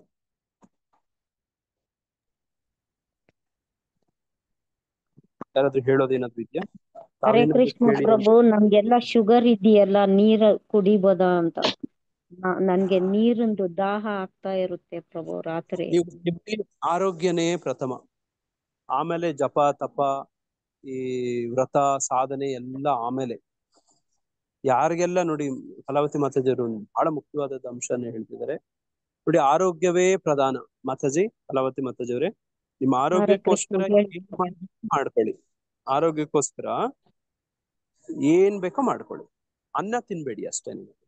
ಹಣ್ಣುಗಳು ಅದೆಲ್ಲ ತಿನ್ನಿ. ತಿನ್ನಲ್ಲ ಪ್ರಭು, ಬರೀ ನೀರ್ ಕುಡಿಯೋದು ರಾತ್ರಿ. ನನ್ಗೆ ತುಂಬಾ ಇದು ಕಷ್ಟ ಆಗುತ್ತೆ ರಾತ್ರಿ. ಶಕೆ ಆಗೋಗಿ ಇದು ಆಗೋಗುತ್ತೆ, ಆಗ ನೀರ್ ಕುಡಿತೀನಿ. ದರ್ಬೆ ಹಾಕೊಳ್ಳಿ, ದರ್ಬೆ ಹಾಕೊಂಡು ನೀರ್ ಸರಿ ಕುಡಿಯುವಂತ ಪ್ರಭು. ಪ್ರಯತ್ನ. ಆಕ್ಚುಲಿ ನೀರು ಕುಡಿಬೇಡಿ ಅಂತ ಹೇಳ್ತಾರೆ, ಆದ್ರೆ ನೋಡಿ ಎಲ್ಲದಕ್ಕೂ ಒಂದು ಬೇರೆ ಒಂದು ಅಂತಾನು ಇರುತ್ತೆ. ಹಂಗಾಗಿ ದರ್ಬೆ ಹಾಕಿರೋ ನೀರು ನೀವು ಬೇಕಿದ್ರೆ ಭಗವಂತ ನೆನ್ಸ್ಕೊಂಡು ಜಲಪಾನವನ್ನ ಮಾಡಿ ನೀರು ಕುಡಿಯಿರಿ. ದರ್ಬೆ ತುಳಸಿನೂ ಹಾಕೊಂಡು. ಹಾಕ್ಬೋದಾ ಪ್ರಭುಜಿ? ಸರಿ ದರ್ಬೆ ಪ್ರಭು. ಬದಲು ಏನ್ ಮಾತಾಜಿ? ದರ್ಬೆ ಬದಲು ತುಳಸಿ ಹಾಕ್ಬೋದಾ ಪ್ರಭುಜಿ? ಹಾ, ದರ್ಬೆನೇ ಹೇಳ್ತಾರೆ ಇಲ್ಲಿ. ತುಳಸಿಯನ್ನ ಸ್ಪರ್ಶನೆ ಮಾಡಬಾರ್ದು ಮಾತಾಜಿ ಈ ಸಂದರ್ಭದಲ್ಲಿ. ಅರ್ಥ ಆಯ್ತಲ್ಲ? ಗರ್ಕೆ ಹಾಕ್ಬೋದು ಪ್ರಭುಜಿ? ಗರ್ಕೆನೂ ಬೇಡ, ದರ್ಬೆ ಮಾತ್ರ ಹಾಕಿ. ತುಳಸಿ ಗಿಡಕ್ಕೂ ಕೂಡ ಬಟ್ಟೆ ಹಾಕಿ ಕವರ್ ಮಾಡಿ ಅಂತ ಹೇಳಿ. ತುಳಸಿ ಹಾಕುವಂತದ್ದು ಬೇಡ. ದರ್ಬೆ ಸಿಗತ್ತೆ ನಿಮ್ಗೆ ದರ್ಬೆ, ಗಿಡಗಳಲ್ಲಿ. ಕುಶಾಗ್ರಾಸ್. ಕುಶ ಅಂದ್ರೆ ಗರ್ಕೆ ಹುಲ್ಲು ಹಾಕ್ಬಿಡತ್ತೆ.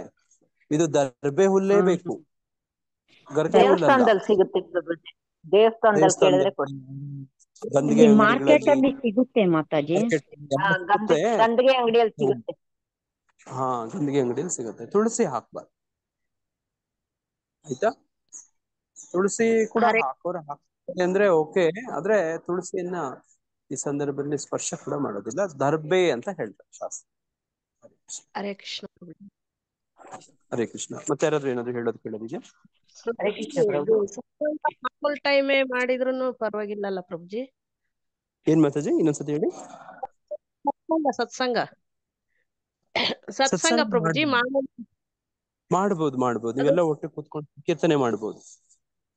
ಅದೇ ಪ್ರಸಾದಂ ಎಲ್ಲ ಇರುತ್ತಲ್ಲ ಪ್ರಭುಜಿ, ಮಾಮೂಲು ಟೈಮ್ಗೆ ಮುಗಿಸಿದ್ರುನು ನಡೆಯುತ್ತಲ್ಲ ಪ್ರಭುಜಿ? ಸಾಧ್ಯವಾದ್ರೆ ನೀವ್ ಎಷ್ಟು ಗಂಟೆಗೆ ನೀವು ಮಾಡೋದು? ಅದೇ 11 ಗಂಟೆಯಿಂದ 1:30 ಸಾಧ್ಯವಾದ್ರೆ ಸ್ವಲ್ಪ ಬೇಗ ಮಾಡಿ ಮುಗಿಸಿ, ಆಯ್ತಾ? 1 ಗಂಟೆ ಒಳಗಡೆ ಏನಾದ್ರು ಮಾಡ್ಬೋದಾ ನೋಡಿ. ಇದು ಶಾಸ್ತ್ರದ ಪ್ರಕಾರ. ಸಾಧ್ಯವಾದ್ರೆ ನೋಡಿ 12:57 ಅಂತ ಹೇಳ್ತಾರಲ್ವಾ, 59 ಅಂತ ಹೇಳ್ತಾರೆ. ಅಂದ್ರೆ 1 ಗಂಟೆ ನೀವು ನಿಮ್ ಕೆಲ್ಸ ನೀವು ಮಾಡಿ. ನೀವೇ ಅಂತ ಸಂದರ್ಭದಲ್ಲಿ ಸೂತ್ಕ ಸಮಯದಲ್ಲಿ ಪ್ರಸಾದ ಹಂಚಿದ್ರು ಅನ್ನುವಂಥದ್ದು ಇದು ಬೇಡ ನಿಮ್ಗೆ. ಸಾಧ್ಯವಾದ್ರೆ ಸ್ವಲ್ಪ ಬೇಗ ಪ್ಲಾನ್ ಮಾಡ್ಕೊಳ್ಳಿ. 12 ಗಂಟೆಗೆ ಎಲ್ಲ ಮುಗಿಸುವಂಥದ್ದು, 1 ಗಂಟೆಗೆ ಎಲ್ಲ ಮುಗಿಸ್ಬಿಟ್ರೆ ಒಳ್ಳೆ. 1 ಗಂಟೆ ಒಳಗೆ ಪ್ರಸಾದ ಮುಂದೆಲ್ಲ ಮುಗಿಸ್ಬಿಡ್ಬೇಕು. ಮುಗಿಸ್ಕೊಳ್ಳಿ. 12:57 ಪ್ರಸಾದ ಸಂದರ್ಭದಲ್ಲಿ ನೀವು ಪ್ರಸಾದ ವಿತರಣೆ ಮಾಡುವಂತದ್ದು ಬೇಡ, ಮಾಡಕ್ ಹೋಗ್ಬೋದು. ಸ್ವಲ್ಪ ಹಂಗೆ ಪ್ಲಾನ್ ಮಾಡ್ಕೊಳ್ಳಿ. ಇದು ಸಾಧ್ಯ ಇದೆ ನಿಮ್ಗೆ ಅಲ್ವಾ? ಇದ್ರೆ ಉಳಿದಿದೆ ಅಂದ್ರೇನು ಏನು ಅದನ್ನ ಹಂಗೇನ್ ಮಾಡ್ಬೇಡಿ. ಬೇಗ ನಿಮ್ ಪ್ರಯತ್ನ ಮಾಡಿ. 12:57 ಒಳಗಡೆ ಮುಗಿಸ್ಕೊಳ್ಳೋ ಪ್ರಯತ್ನ ಮಾಡಿ. ಆಮೇಲೆ ವಯಸ್ಸಾದವರು ಬೇಕಾದ್ರೆ ಹಣ್ಣು ಅಥವಾ ಏನಾದ್ರು ಜ್ಯೂಸು ಇಂಥದ್ದು ಬೇಕಾದ್ರೆ ವಯಸ್ಸಾದವರು ಈ ತರ ತಗೋಬಹುದು. ಆತರ ಪ್ಲಾನ್ ಮಾಡ್ಕೊಳ್ಳಿ. ಹರೇ ಕೃಷ್ಣ ಪ್ರಭುಜಿ. ಹರೇ ಕೃಷ್ಣ. ಪ್ರಭುಜಿ, ಇವತ್ತು ಇಸ್ಕಾನ್ ನಲ್ಲಿ ಏನೋ ಪ್ರೋಗ್ರಾಮ್ ಇದೆ ಪ್ರಭುಜಿ? ಹೌದು. ಓಣಂ ಫೀಸ್ಟ್ ನಡೀತಾ ಇದೆ ಈಗ, ಕುಕಿಂಗ್ ನಡೀತಾ ಇದೆ. ನಮ್ಮೆಲ್ಲ ಭಕ್ತರು ಬಂದು ಮಾಡ್ತಿದ್ದಾರೆ. ಓಣಂ ಹಬ್ಬ ಮಾಡ್ತಿದ್ದಾರೆ, ಫೀಸ್ಟ್ ಇರುತ್ತೆ. ತಾವು ಜೈರಾಮ್ ಪ್ರಭು ಬರ್ತೀವಿ ಪ್ರಭುಜಿ, ದಯವಿಟ್ಟು ಬನ್ನಿ. ಹರೇ ಕೃಷ್ಣ ಪ್ರಭು. ಊಟ ಯಾವಾಗ ಮಾಡ್ಬೇಕು ಅನ್ನೋದು ನಾನ್ ನೀರ್ ತುಂಬ್ತಾ ಇದ್ದೆ ಪ್ರಭು, ಅದು ಕೇಳಲಿಲ್ಲ ನಾನು. ಮಾತಾಜಿ, ನೀವು ಆರೋಗ್ಯ ಸರಿ ಇಲ್ದಿದ್ದವ್ರಿಗೆ ಇದೆಲ್ಲಾನು ಅನುಸರಿಸಕ್ ಆಗೋದಿಲ್ಲ. ಇದು 5 ಗಂಟೆಗೆ ಊಟ ಮಾಡ್ಬೇಕು ಸಾಯಂಕಾಲ ಅಂತ ಹೇಳ್ತಾರಲ್ಲ ಪ್ರಭು. ಅಲ್ಲ, 3 ಗಂಟೆಗೆ ಒಳಗೆ ಮಾಡ್ಬೇಕು ಮಾತಾಜಿ ಮಾಡೋರು. ಹಂಗೆ ಹೋಗಿ ನೀವು ಮಾಡ್ತೀರಿ, ನಿಮ್ಗೆ ಆರೋಗ್ಯ ಸರಿ ಇಲ್ಲ, ನಿಮ್ಗೇನಾದ್ರೂ ನಿಮ್ಗೆ ತಗೊಳ್ತೀರಿ ಅಂತ ಹೇಳಿದ್ರೆ ಭಗವಂತನ ಪ್ರಾರ್ಥನೆ ಮಾಡ್ಕೊಂಡು, ಗುರುಗಳು ಪ್ರಾರ್ಥನೆ ಮಾಡ್ಕೊಂಡು ನೀವು ತಗೊಳ್ಳಿ. ಆರೋಗ್ಯ ಹಾಳು ಮಾಡ್ಕೋಬೇಡಿ. ಯಾರು ಆರೋಗ್ಯಕ್ಕೆ ಸಮಸ್ಯೆ ಮಾಡ್ಕೊಳ್ಳೋ ತರ ಮಾಡಕ್ ಹೋಗ್ಬೇಡಿ, ಆಯ್ತಾ? ಅಂತ ಹೇಳಿ ಅನ್ನ ತಿನ್ನಕ್ ಹೋಗ್ಬೇಡಿ, ಆಯ್ತಾ? ಅದು ಪರ್ಯಾಯ ಏನ್ ಅಂತದನ್ನ ಜ್ಯೂಸು, ಫ್ರೂಟ್ಸು ಆ ತರದ್ ಏನಾದ್ರು ತಗೊಳ್ಳಿ. ಅನ್ನ ಮಾಡ್ಕೊಂಡು ನಾನು 6 ಗಂಟೆ 7 ಗಂಟೆ ಸಂದರ್ಭದಲ್ಲಿ ಅಡ್ಗೆ ಮಾಡ್ಕೋತೀವಿ ಯಾವಾಗ್ಲೂ ಮಾಡ್ಕೊಂಡಂಗೆ ಅಂತ ತರ ಮಾಡಕ್ ಹೋಗ್ಬೇಡಿ. ಆತರ ಏನಾದ್ರು ಪರ್ಯಾಯ ಅಂತ ಮಾಡ್ಕೊಡು. ಹರೇ ಕೃಷ್ಣ ಪ್ರಭುಜಿ. ಗರ್ಭಿಣಿ ಮಗಳಿಗೆ ಊಟ ಲಾಸ್ಟಿಗೆ ಯಾವಾಗ ಯಾವ ಟೈಮಿಗೆ ಕೊಡ್ಬೇಕು ಪ್ರಭುಜಿ? ಮಾತಾಜಿ, ಅವ್ರಿಗೆ ಹೇಳ್ತಾರೆ ಜ್ಯೂಸ್ ಕೊಟ್ಕೊಂಡಿರ್ಬೇಕು ಅಂತ 3 ಗಂಟೆ ನಂತರ. 3 ಗಂಟೆ ಊಟ ಮಾಡ್ಬಾರ್ದು ಅಂತಾರೆ. ಆದ್ರೆ ಹಂಗ ಇರೋಕೆ ಕಷ್ಟ ಆಗತ್ತೆ. ನೀವು ಭಗವಂತ ಮಾಡ್ಕೊಂಡು ನೀವ್ ಏನ್ ಬೇಕೋ ನೀವು ಮುಂದೆ ಮಾಡಿ ಮಾತಾಜಿ. ನೀವ್ ಎಷ್ಟು ಗಂಟೆ ತನಕ, ನೀವು ಯಾವಾಗ ಸಾಮಾನ್ಯವಾಗಿ ಎಷ್ಟು ಗಂಟೆಗೆ ಊಟ ಮಾಡ್ತೀರಿ ರಾತ್ರಿ? ಅದೇ ಮುಂಜಾನೆ ರಾತ್ರಿ 9 ಗಂಟೆಗೆ ಹಂಗ್ ಮಾಡ್ತೀವ್ರಿ. ಆ ಗರ್ಭಿಣಿ ಮಗಳ ಇದ್ದಾಳ್ರಿ ಪ್ರಭುಜಿ, ಲಾಸ್ಟಿಗೆ ಊಟ ಎಷ್ಟು ಟೈಮಿಂಗ್ ಅಂತ ಸೂರ್ಯ ಅಸ್ತಕ್ ಮೊದ್ಲು ಮಾಡ್ಬಿಡಿ. ಆಗ್ಬೋದಾ? ಅಂತವ್ರಿಗೆ ಆಗತ್ತಾ? ಅವ್ರಿಗೆ ಬೇಕಾದ್ರೆ ಹಸಿವು ಆಗ್ತಿದೆ, 9 ಗಂಟೆಗೆ ಸ್ವಲ್ಪ ಹಸಿವು ಆಗ್ತಿದೆ ಅಂತಂದ್ರೆ ಬೇಕಾದ್ರೆ ಏನಾದ್ರು ಹಣ್ಣು ಕೊಡ್ರಿ, ಜ್ಯೂಸ್ ಕೊಡ್ರಿ, ಆತರ ಏನಾದ್ರು ಮಾಡ್ರಿ. ಸೂರ್ಯಾಸ್ತಕ್ ಮೊದ್ಲು ಊಟ ಮಾಡಿಸ್ಬಿಡ್ರಿ ಎಲ್ಲರೂ. ವಿಶೇಷವಾಗಿ ಗರ್ಭಿಣಿಯರು ತುಂಬಾ ಎಚ್ಚರಿಕೆ ತಗೋಬೇಕು ನೋಡಿ. ಅವ್ರಿಗೆ ಹೊರಗಡೆ ಬರುವಂತದ್ದು, ಅದು ಬೆಳಕು ಬೀಳುವಂತದ್ದು, ಈ ತರದ್ದು ಎಲ್ಲಾನು ಮಾಡದೇ ಇದ್ರೆ ಉತ್ತಮ. ವಿಶೇಷವಾಗಿ ಗರ್ಭಿಣಿಯರು. ಇದು ಎಲ್ಲಿಂದ ಎಲ್ಲಿಗೆ, ಯಾವ ಸಂದರ್ಭದಲ್ಲಿ? ಡೇ ಟೈಮ್ ಅಲ್ಲಿ ಒಂದು 6 ಗಂಟೆ ಮಾಡಬಹುದು, ಜರ್ನಿ ಮಾಡಿ. ಆದ್ರೆ ಮಾಡದೇ ಇದ್ರೆ ಉತ್ತಮ. ನೀವ್ ಎಲ್ಲಿಂದ ಎಲ್ಲಿಗೆ ಹೋಗ್ಬೇಕು, ಯಾಕೆ ಹೋಗ್ಬೇಕು ಅನ್ನೋದ್ರ ಮೇಲೆ, ಅನಿವಾರ್ಯ ಮೇಲೆ ಅದು ಡಿಪೆಂಡ್ ಆಗತ್ತೆ. ನೀವು ಮಾಡ್ತೀರಿ ಅಂತ ಮಾಡ್ಲೇಬೇಕಾದ್ರೆ ಮಾಡಿ. ಆದ್ರೆ ವರ್ಷ ಸಂದರ್ಭ ಇರುತ್ತಲ್ಲ, ಆ ಟೈಮ್ ಮಾಡಬೇಡಿ, ಅವಾಯ್ಡ್ ಮಾಡಿ, ಸಾಧ್ಯವಾದಷ್ಟು ಅವಾಯ್ಡ್ ಮಾಡಿ. 6 ಗಂಟೆ ಅಂದ್ರೆ ಅದೇ ಸ್ಪರ್ಶ ಸಮಯ ತುಂಬಾ ಮುಖ್ಯ. ನೀವು ಮಧ್ಯರಾತ್ರಿ, ನೀವು 9 ಗಂಟೆಯಿಂದ 1 ರಾತ್ರಿ ಜರ್ನಿ ಎಲ್ಲಾನು ಅವಾಯ್ಡ್ ಮಾಡ್ಬೋದು. ಸರಿ, ಓಕೆ, ಥ್ಯಾಂಕ್ ಯು. ಎಷ್ಟು ಅವಾಯ್ಡ್ ಏನ್ ಮಾಡಕ್ ಆಗತ್ತೋ ಅಷ್ಟು ಮಾಡ್ಬೋದು. ಮಾಡಕ್ ಆಗದೇ ಇಲ್ಲ ಅಂದ್ರೆ ಅದು ಬೇರೆ. ಸೂಕ್ತ ಸಂದರ್ಭ ಅದು ನೀವು ಹೊರಗಡೆ ಜರ್ನಿ ಮಾಡ್ತೀವಿ, ಓಡಾಡ್ತೀವಿ ಅಂದ್ರೆ ಓಕೆ. ಸ್ಪರ್ಶ ಸಂದರ್ಭದಲ್ಲಿ ಮಾಡ್ಬೇಕು. ಅರ್ಥ ಆಯ್ತಲ್ಲ ಪ್ರಭು ನಾನು ಹೇಳಿದ್ದು?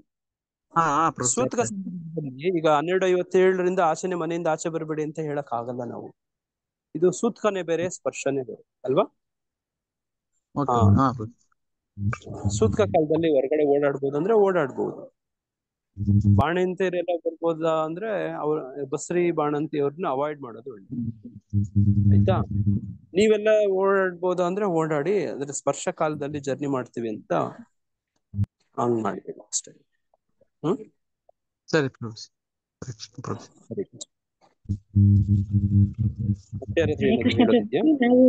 ನಾವು ಸತ್ಸಂಗಕ್ಕೆ ಹೋಗೋದು ಪ್ರಭುಜಿ 1:45 ಹೋಗ್ತಿದೀವಿ ಪ್ರಭುಜಿ. 1:45 7 ಗಂಟೆ ಆಗುತ್ತೆ ಬರೋದು. ಇವತ್ತು ಹೋಗ್ಬೋದಾ ಬೇಡ ಪ್ರಭುಜಿ? ಬೇಡ ಮಾತಾಜಿ. ಅವ್ರು ಮಾಡ್ತಿದಾರ ಇವತ್ತು ಸತ್ಸಂಗ 1:15 ಮೇಲೆ ಮಾಡ್ತಿದಾರ ಸಂಜೆ? ಮೆಸೇಜ್ ನೋಡಿಲ್ಲ ಪ್ರಭುಜಿ, ನಾನು ಇನ್ನೂ ನೋಡಿಲ್ಲ. ನೋಡಿ, ಸಾಮಾನ್ಯವಾಗಿ ಮಾಡ ಕೇಳಿ ನೋಡಿ, ಹೋಗಿ ಅವ್ರು ಹಂಗೆಲ್ಲ ಮಾಡ್ಕೋಬೇಡಿ. ಇವತ್ತು ಹೋಗ್ಲೇಬೇಡಿ. ಹೋಗದೆ ಇದ್ರೆ ಪ್ರಸಾದ ಮಾಡ್ತಾರೆ, ಪ್ರಸಾದ ನೀವು ತಿನ್ನಲ್ಲ ಮಾತಾಜಿ. ಹೊರಗೆ ಹೋಗ್ಬೋದಾ? ಅರ್ಥ ಆಗ್ಲಿಲ್ಲ ಮಾತಾಜಿ. ಹಾಗೆ ಹೋಗ್ಬೋದಾ ಅಂದ್ರೆ ಹೊರಗಡೆ ಅಮ್ಮ ಮನೆಗೆ ನೋಡಕ್ ಹೋಗೋದಿದೆ, ಅದೇ ಹೋಗಿ ಆದ್ರೆ ಆಚೆ ಬರ್ಬೇಡಿ. ಸ್ಪರ್ಶ ಸಂದರ್ಭ ಇರುತ್ತಲ್ವಾ, ಸ್ಪರ್ಶ ಸಂದರ್ಭದಲ್ಲಿ ಆಚೆ ಕಡೆ ಈಚೆ ಕಡೆ ಓಡಾಡ್ಬೇಡಿ ಅಷ್ಟೇ. ಜಲ್ದಿ ಹೋಗಿ ಎಷ್ಟು ಗಂಟೆಯಿಂದ ಎಷ್ಟು ಗಂಟೆಗೆ ಹೋಗ್ಬಾರ್ದು ಅಷ್ಟೇ. ನೋಡಿ, ಸ್ಪರ್ಶ 9:57 ಶುರುವಾಗುತ್ತೆ. ನೀವು ಎಲ್ಲಿಂದ ಎಲ್ಲಿಗೆ ಹೋಗ್ಬೇಕು, ಯಾವಾಗ ಜರ್ನಿ ಮಾಡ್ತೀರಿ? ಇಲ್ಲಿ ದೊಡ್ಡ ಕಲ್ಸಂದ್ರ ಇಸ್ಕಾನ್ ಟೆಂಪಲ್ ಇದೆ, ಇಲ್ಲಿಂದ ಎಲೆಕ್ಟ್ರಾನಿಕ್ ಹೋಗೋದಿದೆ. ಎಷ್ಟು ಗಂಟೆಯಿಂದ ಎಷ್ಟು ಗಂಟೆ ಹೋಗ್ತೀರಿ? 1 ಗಂಟೆಯಿಂದ ಮಧ್ಯಾಹ್ನ 4 ಗಂಟೆಗೆ ಬಂದ್ಬಿಡ್ತೀವಿ. ಖಂಡಿತ ಹೋಗ್ ಅದನ್ನೇ ನಾನು ಹೇಳ್ತಿದ್ದೀನಿ. ಸೂತ್ಕ ಕಾಲದಲ್ಲಿ ಬೇಕಾಗಿ ಓಡಾಡಿ, ಸ್ಪರ್ಶ ಕಾಲದಲ್ಲಿ ಓಡಾಡ್ಬೇಡಿ ಅಂತ ಅಷ್ಟೇ ಮಾತಾಡಿ. ಥ್ಯಾಂಕ್ ಯು ಪ್ರಭುಜಿ. ಓಡಾಡ್ಬೋದು ಪ್ರಭುಜಿ. ಹರೇ ಕೃಷ್ಣ. ಹರೇ ಕೃಷ್ಣ ಪ್ರಭು. ಹರೇ ಕೃಷ್ಣ. ಕೃಷ್ಣ. ಅದೇ ಪ್ರಭು, ನಮ್ಮನೆಗೂ ಗರ್ಭಿಣಿ ಇದ್ದಾರೆ, ಸೊಸೆ ಇದ್ದಾರೆ. ಅದೇ ಅವರು 6 ಗಂಟೆ ಒಳಗಡೆನೆ ಪಲಾರ ಮಾಡ್ಬೇಕು ಅಂದಿದ್ದಾರಲ್ಲ ಪ್ರಭು. ಆಮೇಲೆ ಸಾಯಂಕಾಲ ಆಮೇಲೆ ಹಾಲು ಗೀಲು ಹಣ್ಣೇನಾದ್ರು ತಗೋಬೋದಾ ಪ್ರಭು ಅವರು? ಅವ್ರು ಹಂಗೆ ಹಸ್ಕೊಂಡು ಆತರ ಇರ್ಬಾರ್ದು. ಅವ್ರು ಏನ್ ಬೇಕೋ ಅವ್ರಿಗೆ ಜ್ಯೂಸ್ ಇದನ್ನೆಲ್ಲ ತಗೊಳ್ಳಿ ಮಾತಾಜಿ. ನಮ್ಮ ನಿಯಮಗಳೆಲ್ಲ ಅವ್ರಿಗೆ ಅಪ್ಲೈ ಆಗಲ್ಲ, ಆಯ್ತಾ? ಭಗವಂತನ ಪ್ರಾರ್ಥನೆ ಮಾಡ್ಕೊಂಡು ಅವ್ರಿಗೆ ಹಸಿವಿಗೆ, ಅವ್ರ ಬಾಯಾರಿಕೆಗೆ ಏನ್ ಬೇಕೋ ಅದೆಲ್ಲ ತಗೊಂಡು. ಆಯ್ತು, ಅವ್ರನ್ನ ಹೊರಗಡೆ ಎಕ್ಸ್ಪೋಸ್ ಆಗದೆ ಇರೋ ತರ ನೋಡ್ಕೊಳ್ಳಿ ಅಷ್ಟೇ. ಹೊರಗಡೆ ರೂಮ್ ಅಲ್ಲಿ ಎಲ್ಲ ಅರೇಂಜ್ ಮಾಡಿದ್ದೀನಿ ಪ್ರಭು, ಬೆಳಕ್ ಬೀಳ್ತಾರೆ ತರ ಎಲ್ಲ ಅರೇಂಜ್ ಮಾಡಿದ್ದೀನಿ ಪ್ರಭು. ಆಯ್ತು. ಹರೇ ಕೃಷ್ಣ ಪ್ರಭು. ಹರೇ ಕೃಷ್ಣ.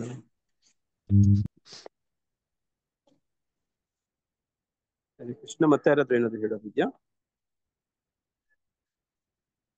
ಹರೇ ಕೃಷ್ಣ. ಮತ್ತೆ ಯಾರು ಏನು ಹೇಳೋದಿಲ್ಲದೆ ಇದ್ರೆ, ಈಗ ನಮ್ಮ ಭಕ್ತರು ಎಲ್ಲ ಹೇಗೆ ಕುಕಿಂಗ್ ಮಾಡ್ತಿದ್ದಾರೆ ಅಂತ ಹೇಳಿ ನಾನು ಈಗ ತೋರಿಸ್ತೀನಿ. ಮತ್ತೆ ಭಗವಂತನ ದರ್ಶನ ಮಾಡ್ತೀನಿ. ನೀವು ಯಾರೆಲ್ಲ ಬೆಂಗಳೂರಲ್ಲಿ ನೀವಿದ್ದೀರಿ, ನಿಮ್ ರಿಲೇಷನ್ಸ್ ಇದಾರೆ, ನೀವೆಲ್ಲ ಹೇಳ್ಬೋದು.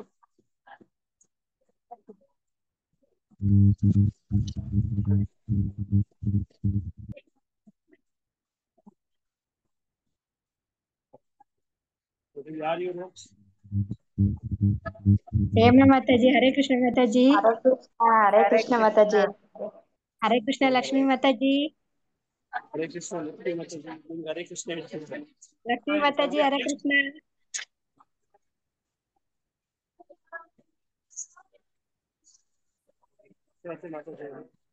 ಹರೇ ಕೃಷ್ಣ ರಾಜೇಶ್ವರಿ ಮಾತಾಜಿ. ಹರೇ ಕೃಷ್ಣ. ಹುಷಾರಿಲ್ದಿದ್ರು ಪಾಪ ಬಂದಿದ್ದಾರೆ.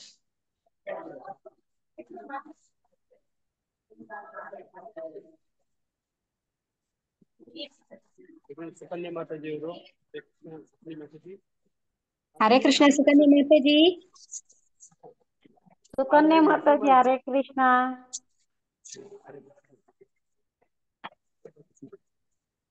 ಜಮುನಾ ಮಾತಾಜಿನ ತೋರ್ಸಿ ಪ್ರಭುಜಿ, ಅವ್ರನ್ನ ನೋಡಿದ. ಹರೇ ಕೃಷ್ಣ ಮಂಗಳಪ್ರದ ಮಾತಾಜಿ. ಹರೇ ಕೃಷ್ಣ. ಎಲ್ಲಾರ್ಗು ಹರೇ ಕೃಷ್ಣ ದಂಡೋತ್ ಪ್ರಣಾಮ್ ಮಾತಾಜಿ. ಹರೇ ಕೃಷ್ಣ ಮಾತಾಜಿ. ಎಲ್ಲಾರ್ಗುನು ಹರೇ ಕೃಷ್ಣ ದಂಡೋತ್ ಪ್ರಣಾಮ್. ನೋಡ್ರಿ,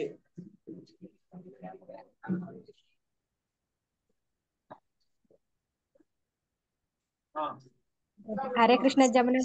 ಹರೇ ಕೃಷ್ಣ ಸಂಪೂರ್ಣ ಪ್ರಭುಜಿ. ಹರೇ ಕೃಷ್ಣ ಜಮುನಾ ಮಾತಾಜಿ. ಜಮುನಾ ಮಾತಾಜಿ. ಹರೇ ಕೃಷ್ಣ. ಪ್ರಣಾಮ್ ಮಾತಾಜಿ. ಹರೇ ಕೃಷ್ಣ ಮಾತಾಜಿ. ದಂಡವತ್ ಪ್ರಣಾಮ್. ಹರೇ ಕೃಷ್ಣ ಪ್ರಭುಜಿ. ಹರೇ ಕೃಷ್ಣ ಪ್ರಭುಜಿ. ಎಲ್ಲಾರ್ಗು ಹರೇ ಕೃಷ್ಣ ಪ್ರಭುಜಿ. ಹರೇ ಕೃಷ್ಣ ಮಾತಾಜಿ. ದಂಡೋತ್ ಪ್ರಣಾಮ್. ಎಲ್ಲಾರು ಕ್ರಿಶ್ಚಿಯನ್ ನಲ್ಲಿ ಇದ್ದೀರಾ? ಹರಿ ಬೋಲ್, ಹರಿ ಹರಿ ಬೋಲ್. ಹರೇ ಕೃಷ್ಣ ಶ್ರೀಧರ್ ಪ್ರಭುಜಿ. ಹರೇ ಕೃಷ್ಣ ಪ್ರಭುಜಿ. ಪ್ರಭುಜಿ. ಹರೇ ಕೃಷ್ಣ. ಮುನಿಪಾದ ನಾರಾಯಣ ಪ್ರಭುಜಿ ಅವರು. ಹರೇ ಕೃಷ್ಣ. ಹರೇ ಕೃಷ್ಣ ಪ್ರಭುಜಿ. ಪ್ರಭುಜಿ. ಹರೇ ಕೃಷ್ಣ ಪ್ರಭುಜಿ. ಸದಾನಂದ ಕೇಶವ ಪ್ರಭುಜಿ. ಹರೇ ಕೃಷ್ಣ ಪ್ರಭುಜಿ. ದಂಡೋತ್ ಪ್ರಣಾಮ್. ಹರೇ ಕೃಷ್ಣ ಪ್ರಭುಜಿ. ದಂಡೋತ್ ಪ್ರಣಾಮ್. ಹರೇ ಕೃಷ್ಣ. ಹರೇ ಕೃಷ್ಣ. ನೋಡ್ರಿ ಜಗನ್ನಾಥ ಸ್ವಾಮಿ ದರ್ಶನ देव नव किचन ते देवळाच्या बघा किचन मध्ये बी असं देवळं ठेवलंय इथं. का आमच्यामा हा? अरे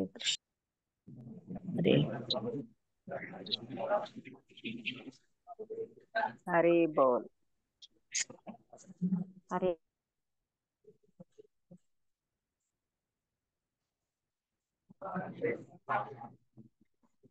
ತುಂಬಾ ಚೆನ್ನಾಗಿದೆ, ತುಂಬಾ ಚೆನ್ನಾಗಿ ಮಾಡಿದ್ದಾರೆ ಪ್ರಭು.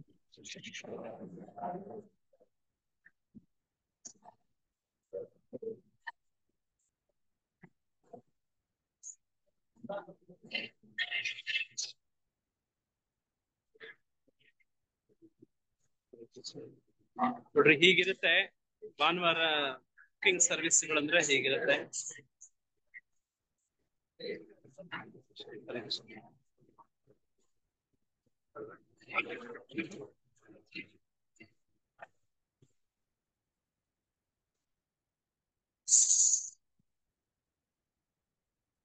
ಹರೇ ಕೃಷ್ಣ. ದಯವಿಟ್ಟು ದರ್ಶನ ಮಾಡಿಸ್ತೀನಿ, ಹಂಗೆ ಒಂದ್ ನಿಮಿಷ ಹೇಳಿ.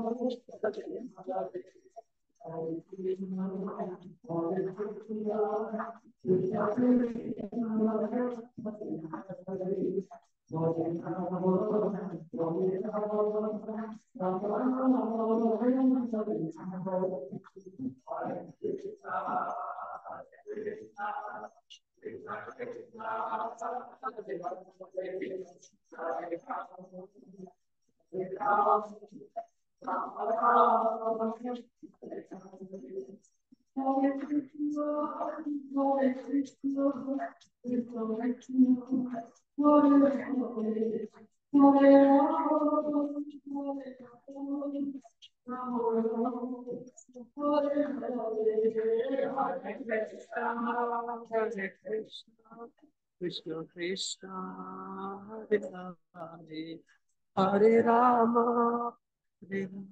ನೋಡಿ ಗೋಮಾತಾ ದರ್ಶನ ಮಾಡಿ. ಹರೇ ಕೃಷ್ಣ ಪ್ರಭುಜಿ.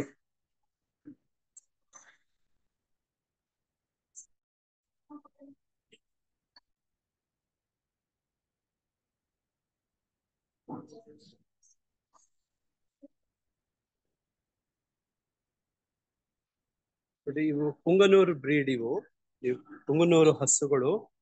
ನಿಮ್ಮ ತಿರುಪತಿ ಬಾಲಾಜಿ ಸ್ವಾಮಿಗೆ ಅರ್ಪಣೆ ಆಗುವಂತ ಹಾಲೆಲ್ಲ ಈ ಹಾಲು.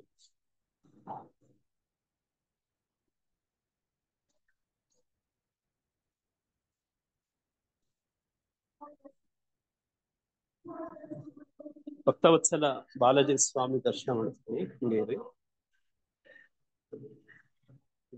ಅರ್ಧ ಆಗ್ತಿದೆ.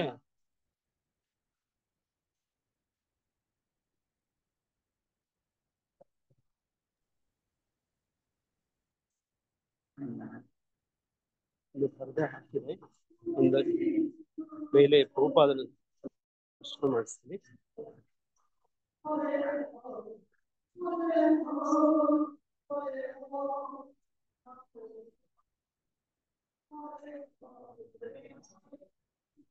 ಇನ್ನು ಗಾಂಧರ್ಕ ಗಿರಿಧಾರಿ ದರ್ಶನ ಶುರು ಆಗಿಲ್ಲ.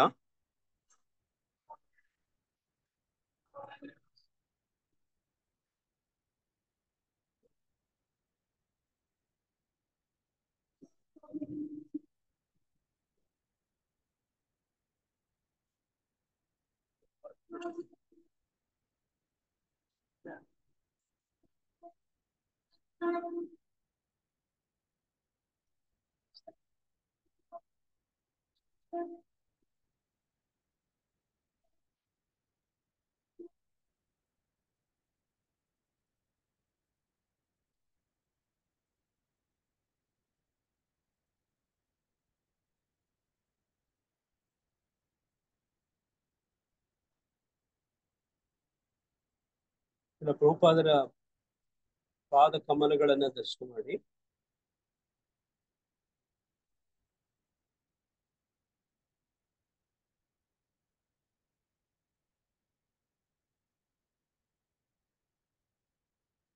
ಇನ್ನು ದರ್ಶನ ಶುರು ಆಗಿಲ್ಲ.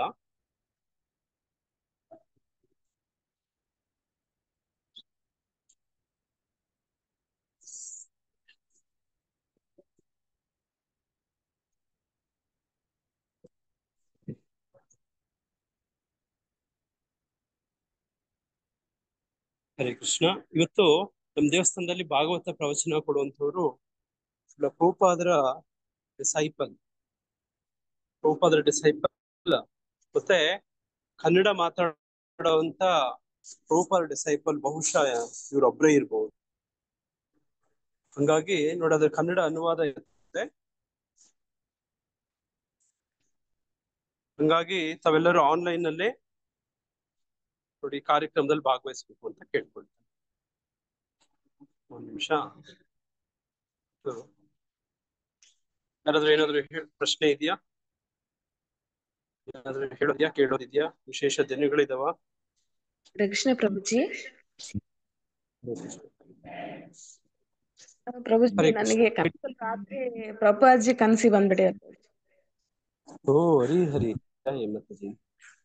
ಓಕೆ, ಹಾ ಪ್ರಭುಜಿ, ಅಲ್ಲಿ ಹಂಚ್ಕೊಡಿ. ಒಂದು ಟೆಂಪಲ್ ಪ್ರಭುಜಿ, ಯಾವ್ದಂತ ಗೊತ್ತಾಗ್ಲಿಲ್ಲ, ಬಂದ್ಬಿಟ್ಟಿದ್ದಾರೆ. ಪ್ರವಚನ ಕೀರ್ತನೆ ಎಲ್ಲ ನಡೀತಾ ಇದೆ, ನೀವು ಇದೀರ.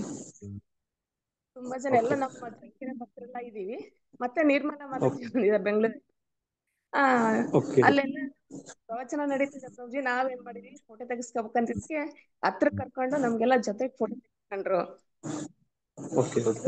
ಆದ್ಮೇಲೆ ಮತ್ತೆ ನನಗೆ ಪಾನ್ ಅಂತ ನನಗೆ ಕೇಳಿದ್ರು. ನಾನು ಅಡಿಗೆ ಹಾಲಲ್ಲಿ ಪಾನ್ಕ ಬೇಕು ಅಂತ ಕೇಳಿದ್ವಿ. ಅಡಿಗೆ ಹಾಲಲ್ಲಿ ಹೋಗಿ ಪಾನ್ಕ ಕೇಳಿದ್ರೆ ಒಬ್ರು ಅವರು ಭಕ್ತರು ಶಿಷ್ಯರಿದ್ರು. ಅವ್ರೇನ್ ಹೇಳಿದ್ರು, ಇಲ್ಲ ಇಲ್ಲ, ಚಂದ್ರಗ್ರಹಣ ಸ್ಟಾರ್ಟ್ ಆಗಿದೆ ಈಗ.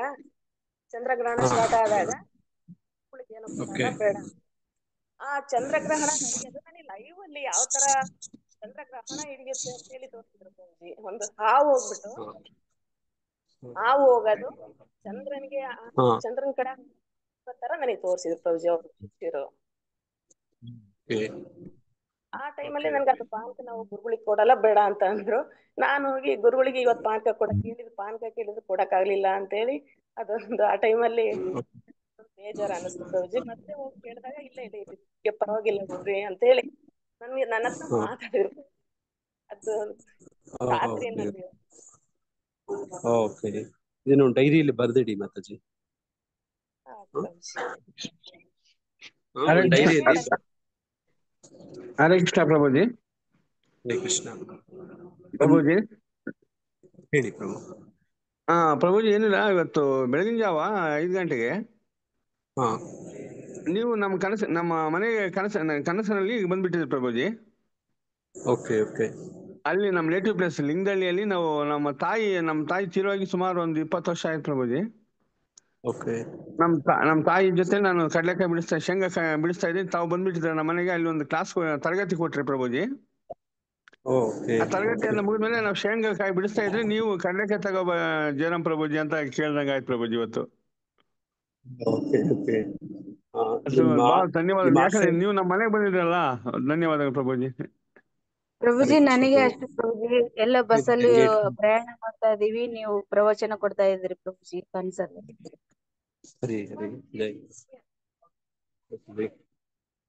ಗುರು ಕೃಷ್ಣರ ಕೃಪೆ ನಿಮ್ಮೆಲ್ಲರ ಮೇಲೇನೂ ಇರ್ಲಿ ಅಂತ ನಾವು ಪ್ರಾರ್ಥನೆ ಮಾಡ್ಕೊತೀವಿ ಮಾತಾಜಿ. ಹರೇ ಕೃಷ್ಣ. ಇಲ್ಲಿ ಬಾಲಾಜಿ ದರ್ಶನ ಆಗ್ಬೇಕು. ಎಲ್ಲ ಜಯರಾಮ್ ಪ್ರಭುಗೆ, ಯಶೋಧ ಮಾತಾಜಿಗೆ, ಹಾಗೇನೆ ಉಮಾ ಮಾತಾಜಿ ಅವರಿಗೆ ತಮ್ಮ ಅನುಭವ ಹಂಚ್ಕೊಳ್ಳೋದಕ್ಕೆ, ತಮ್ಮ ರಿಯಲೈಸೇಷನ್ ನೋಡಿ ಅನುಭವ ಹಂಚ್ಕೊಳ್ಳೋದಕ್ಕೆ ತುಂಬಾ ಧನ್ಯವಾದಗಳು. ಇದನ್ನ ಒಂದು ಡೈರಿ ಪುಸ್ತಕದಲ್ಲಿ ಬರೆದಿಡುವಂತ ಪ್ರಯತ್ನ ಮಾಡಿ. ಮುಂದಿನ ದಿನಗಳಲ್ಲಿ ಇದು ಬೇಕಾಗತ್ತೆ. ಹರೇ ಕೃಷ್ಣ. ಈಗ ಬಾಲಾಜಿ ದರ್ಶನ ಆಗತ್ತೆ. ಮೇಲೆ ಗಾಂಧಾರ ಕಟ್ಟಿದ್ದಾರೆ. ಹರೇ ಕೃಷ್ಣ. ಮೇಲೆ ಓಪನ್ ಆಗಿದ್ಯಾ ಗಂಧರ್ವ ಗಿರಿಧಾರಿ? ಇಲ್ಲಿ ಲೇಟ್ ಆಗತ್ತ ಬ್ರೋ, 8 ಗಂಟೆಗೆ ಮೇಲೆ ಗಾಂಧರ್ವ ಗಿರಿಧಾರಿ ದರ್ಶನ ಮಾಡಿಸ್ತೀನಿ.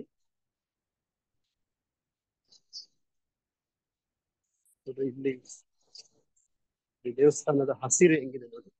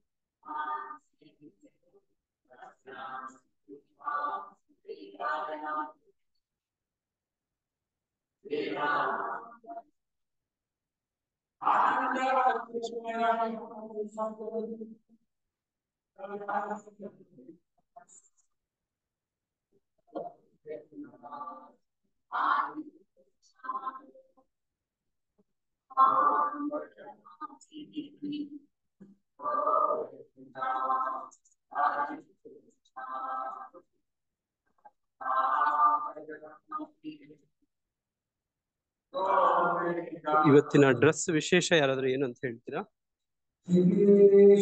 ಡ್ರೆಸ್ಸಿಂಗ್ ವಿಶೇಷ ಓಣಂ ನೋಡಿ, ಇದು ಸ್ಪೆಷಲ್ ಓಣಂ ವಿಶೇಷ ಮತ್ತೆ ಪೂರ್ಣಿಮೆ ವೈಟ್ ಕೇರಳ ಟೈಪ್ ಅಲ್ಲಿ ಇದೆ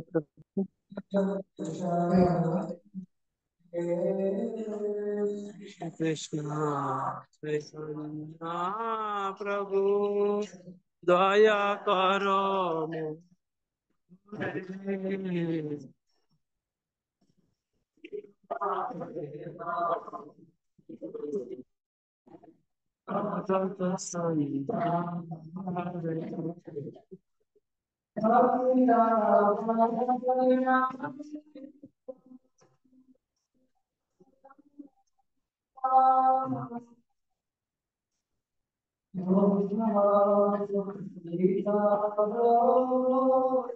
ಗುರು ಮಹಾರಾಜ್ ದರ್ಶನ ಮಾಡಿ.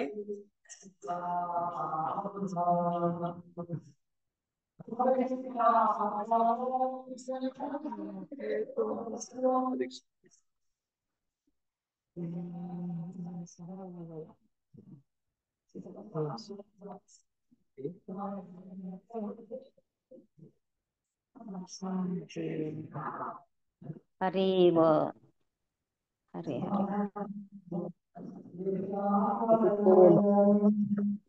ಜೈ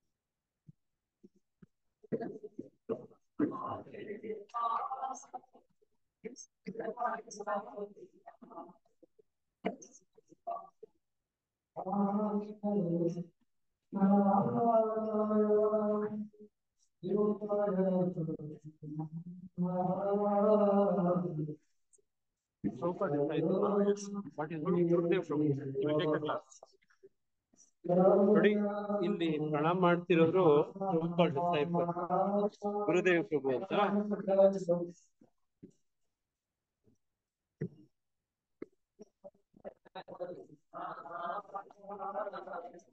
ನೋಡಿ, ಇವರು ಇವತ್ತು ಕ್ಲಾಸ್ ಕೊಡ್ತಾರೆ.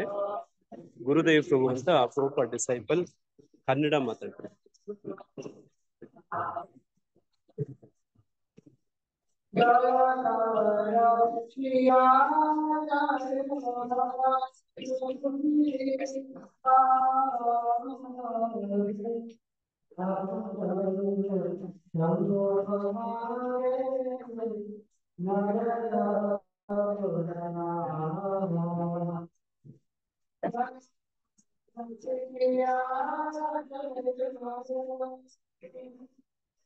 ನೋಡ್ರಿ, ಇವರು ನಮ್ ಟೆಂಪಲ್ ಓನರ್. ಇವರು ಹೇಮಾ ಮಾತಾಜಿ, ಹರೇ ಹರೇ ಕೃಷ್ಣ. ಗೀತಾ ಮಾತಾಜಿ ಅವ್ರ ಮಗಳು.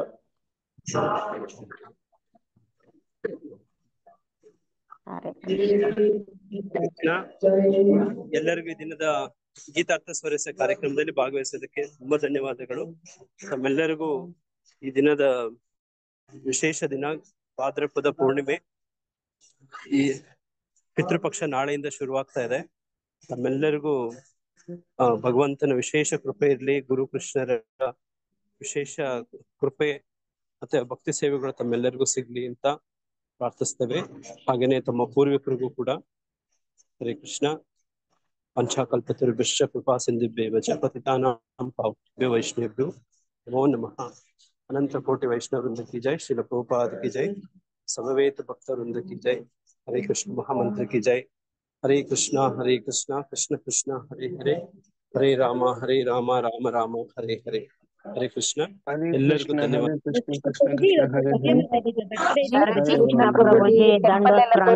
ಧನ್ಯವಾದಗಳು. ಧನ್ಯವಾದಗಳು ಪ್ರಭುಜಿ. ದಂಡೋತ್ ಪ್ರಣಾಮ ಮಾತಾಜಿ. ಬರ್ತ್ಡೇ ಇದೆ ಪ್ರಭುಜಿ.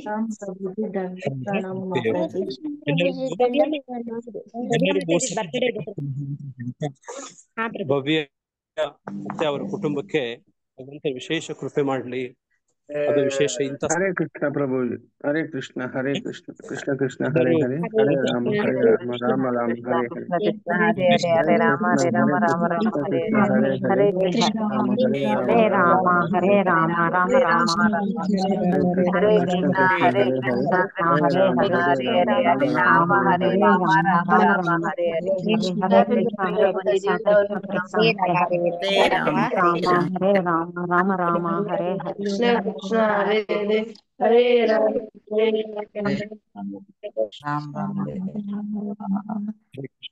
ಭವ್ಯ ಏನಾದ್ರು ಹೇಳ್ತೀನಿ? ಭವ್ಯ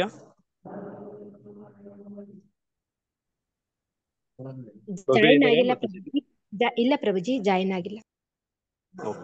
ಯಾರ ಮಾತಾಜಿ? ಭವ್ಯ ಆರ ಇದೆ. ಹಾ ಮಾತಾಜಿ ಇದಾರೆ ಲಾಸ್ಟ್. ಹಾ, ಹರೇ ಕೃಷ್ಣ ಮಾತಾಜಿ. ಹರೇ ಕೃಷ್ಣ.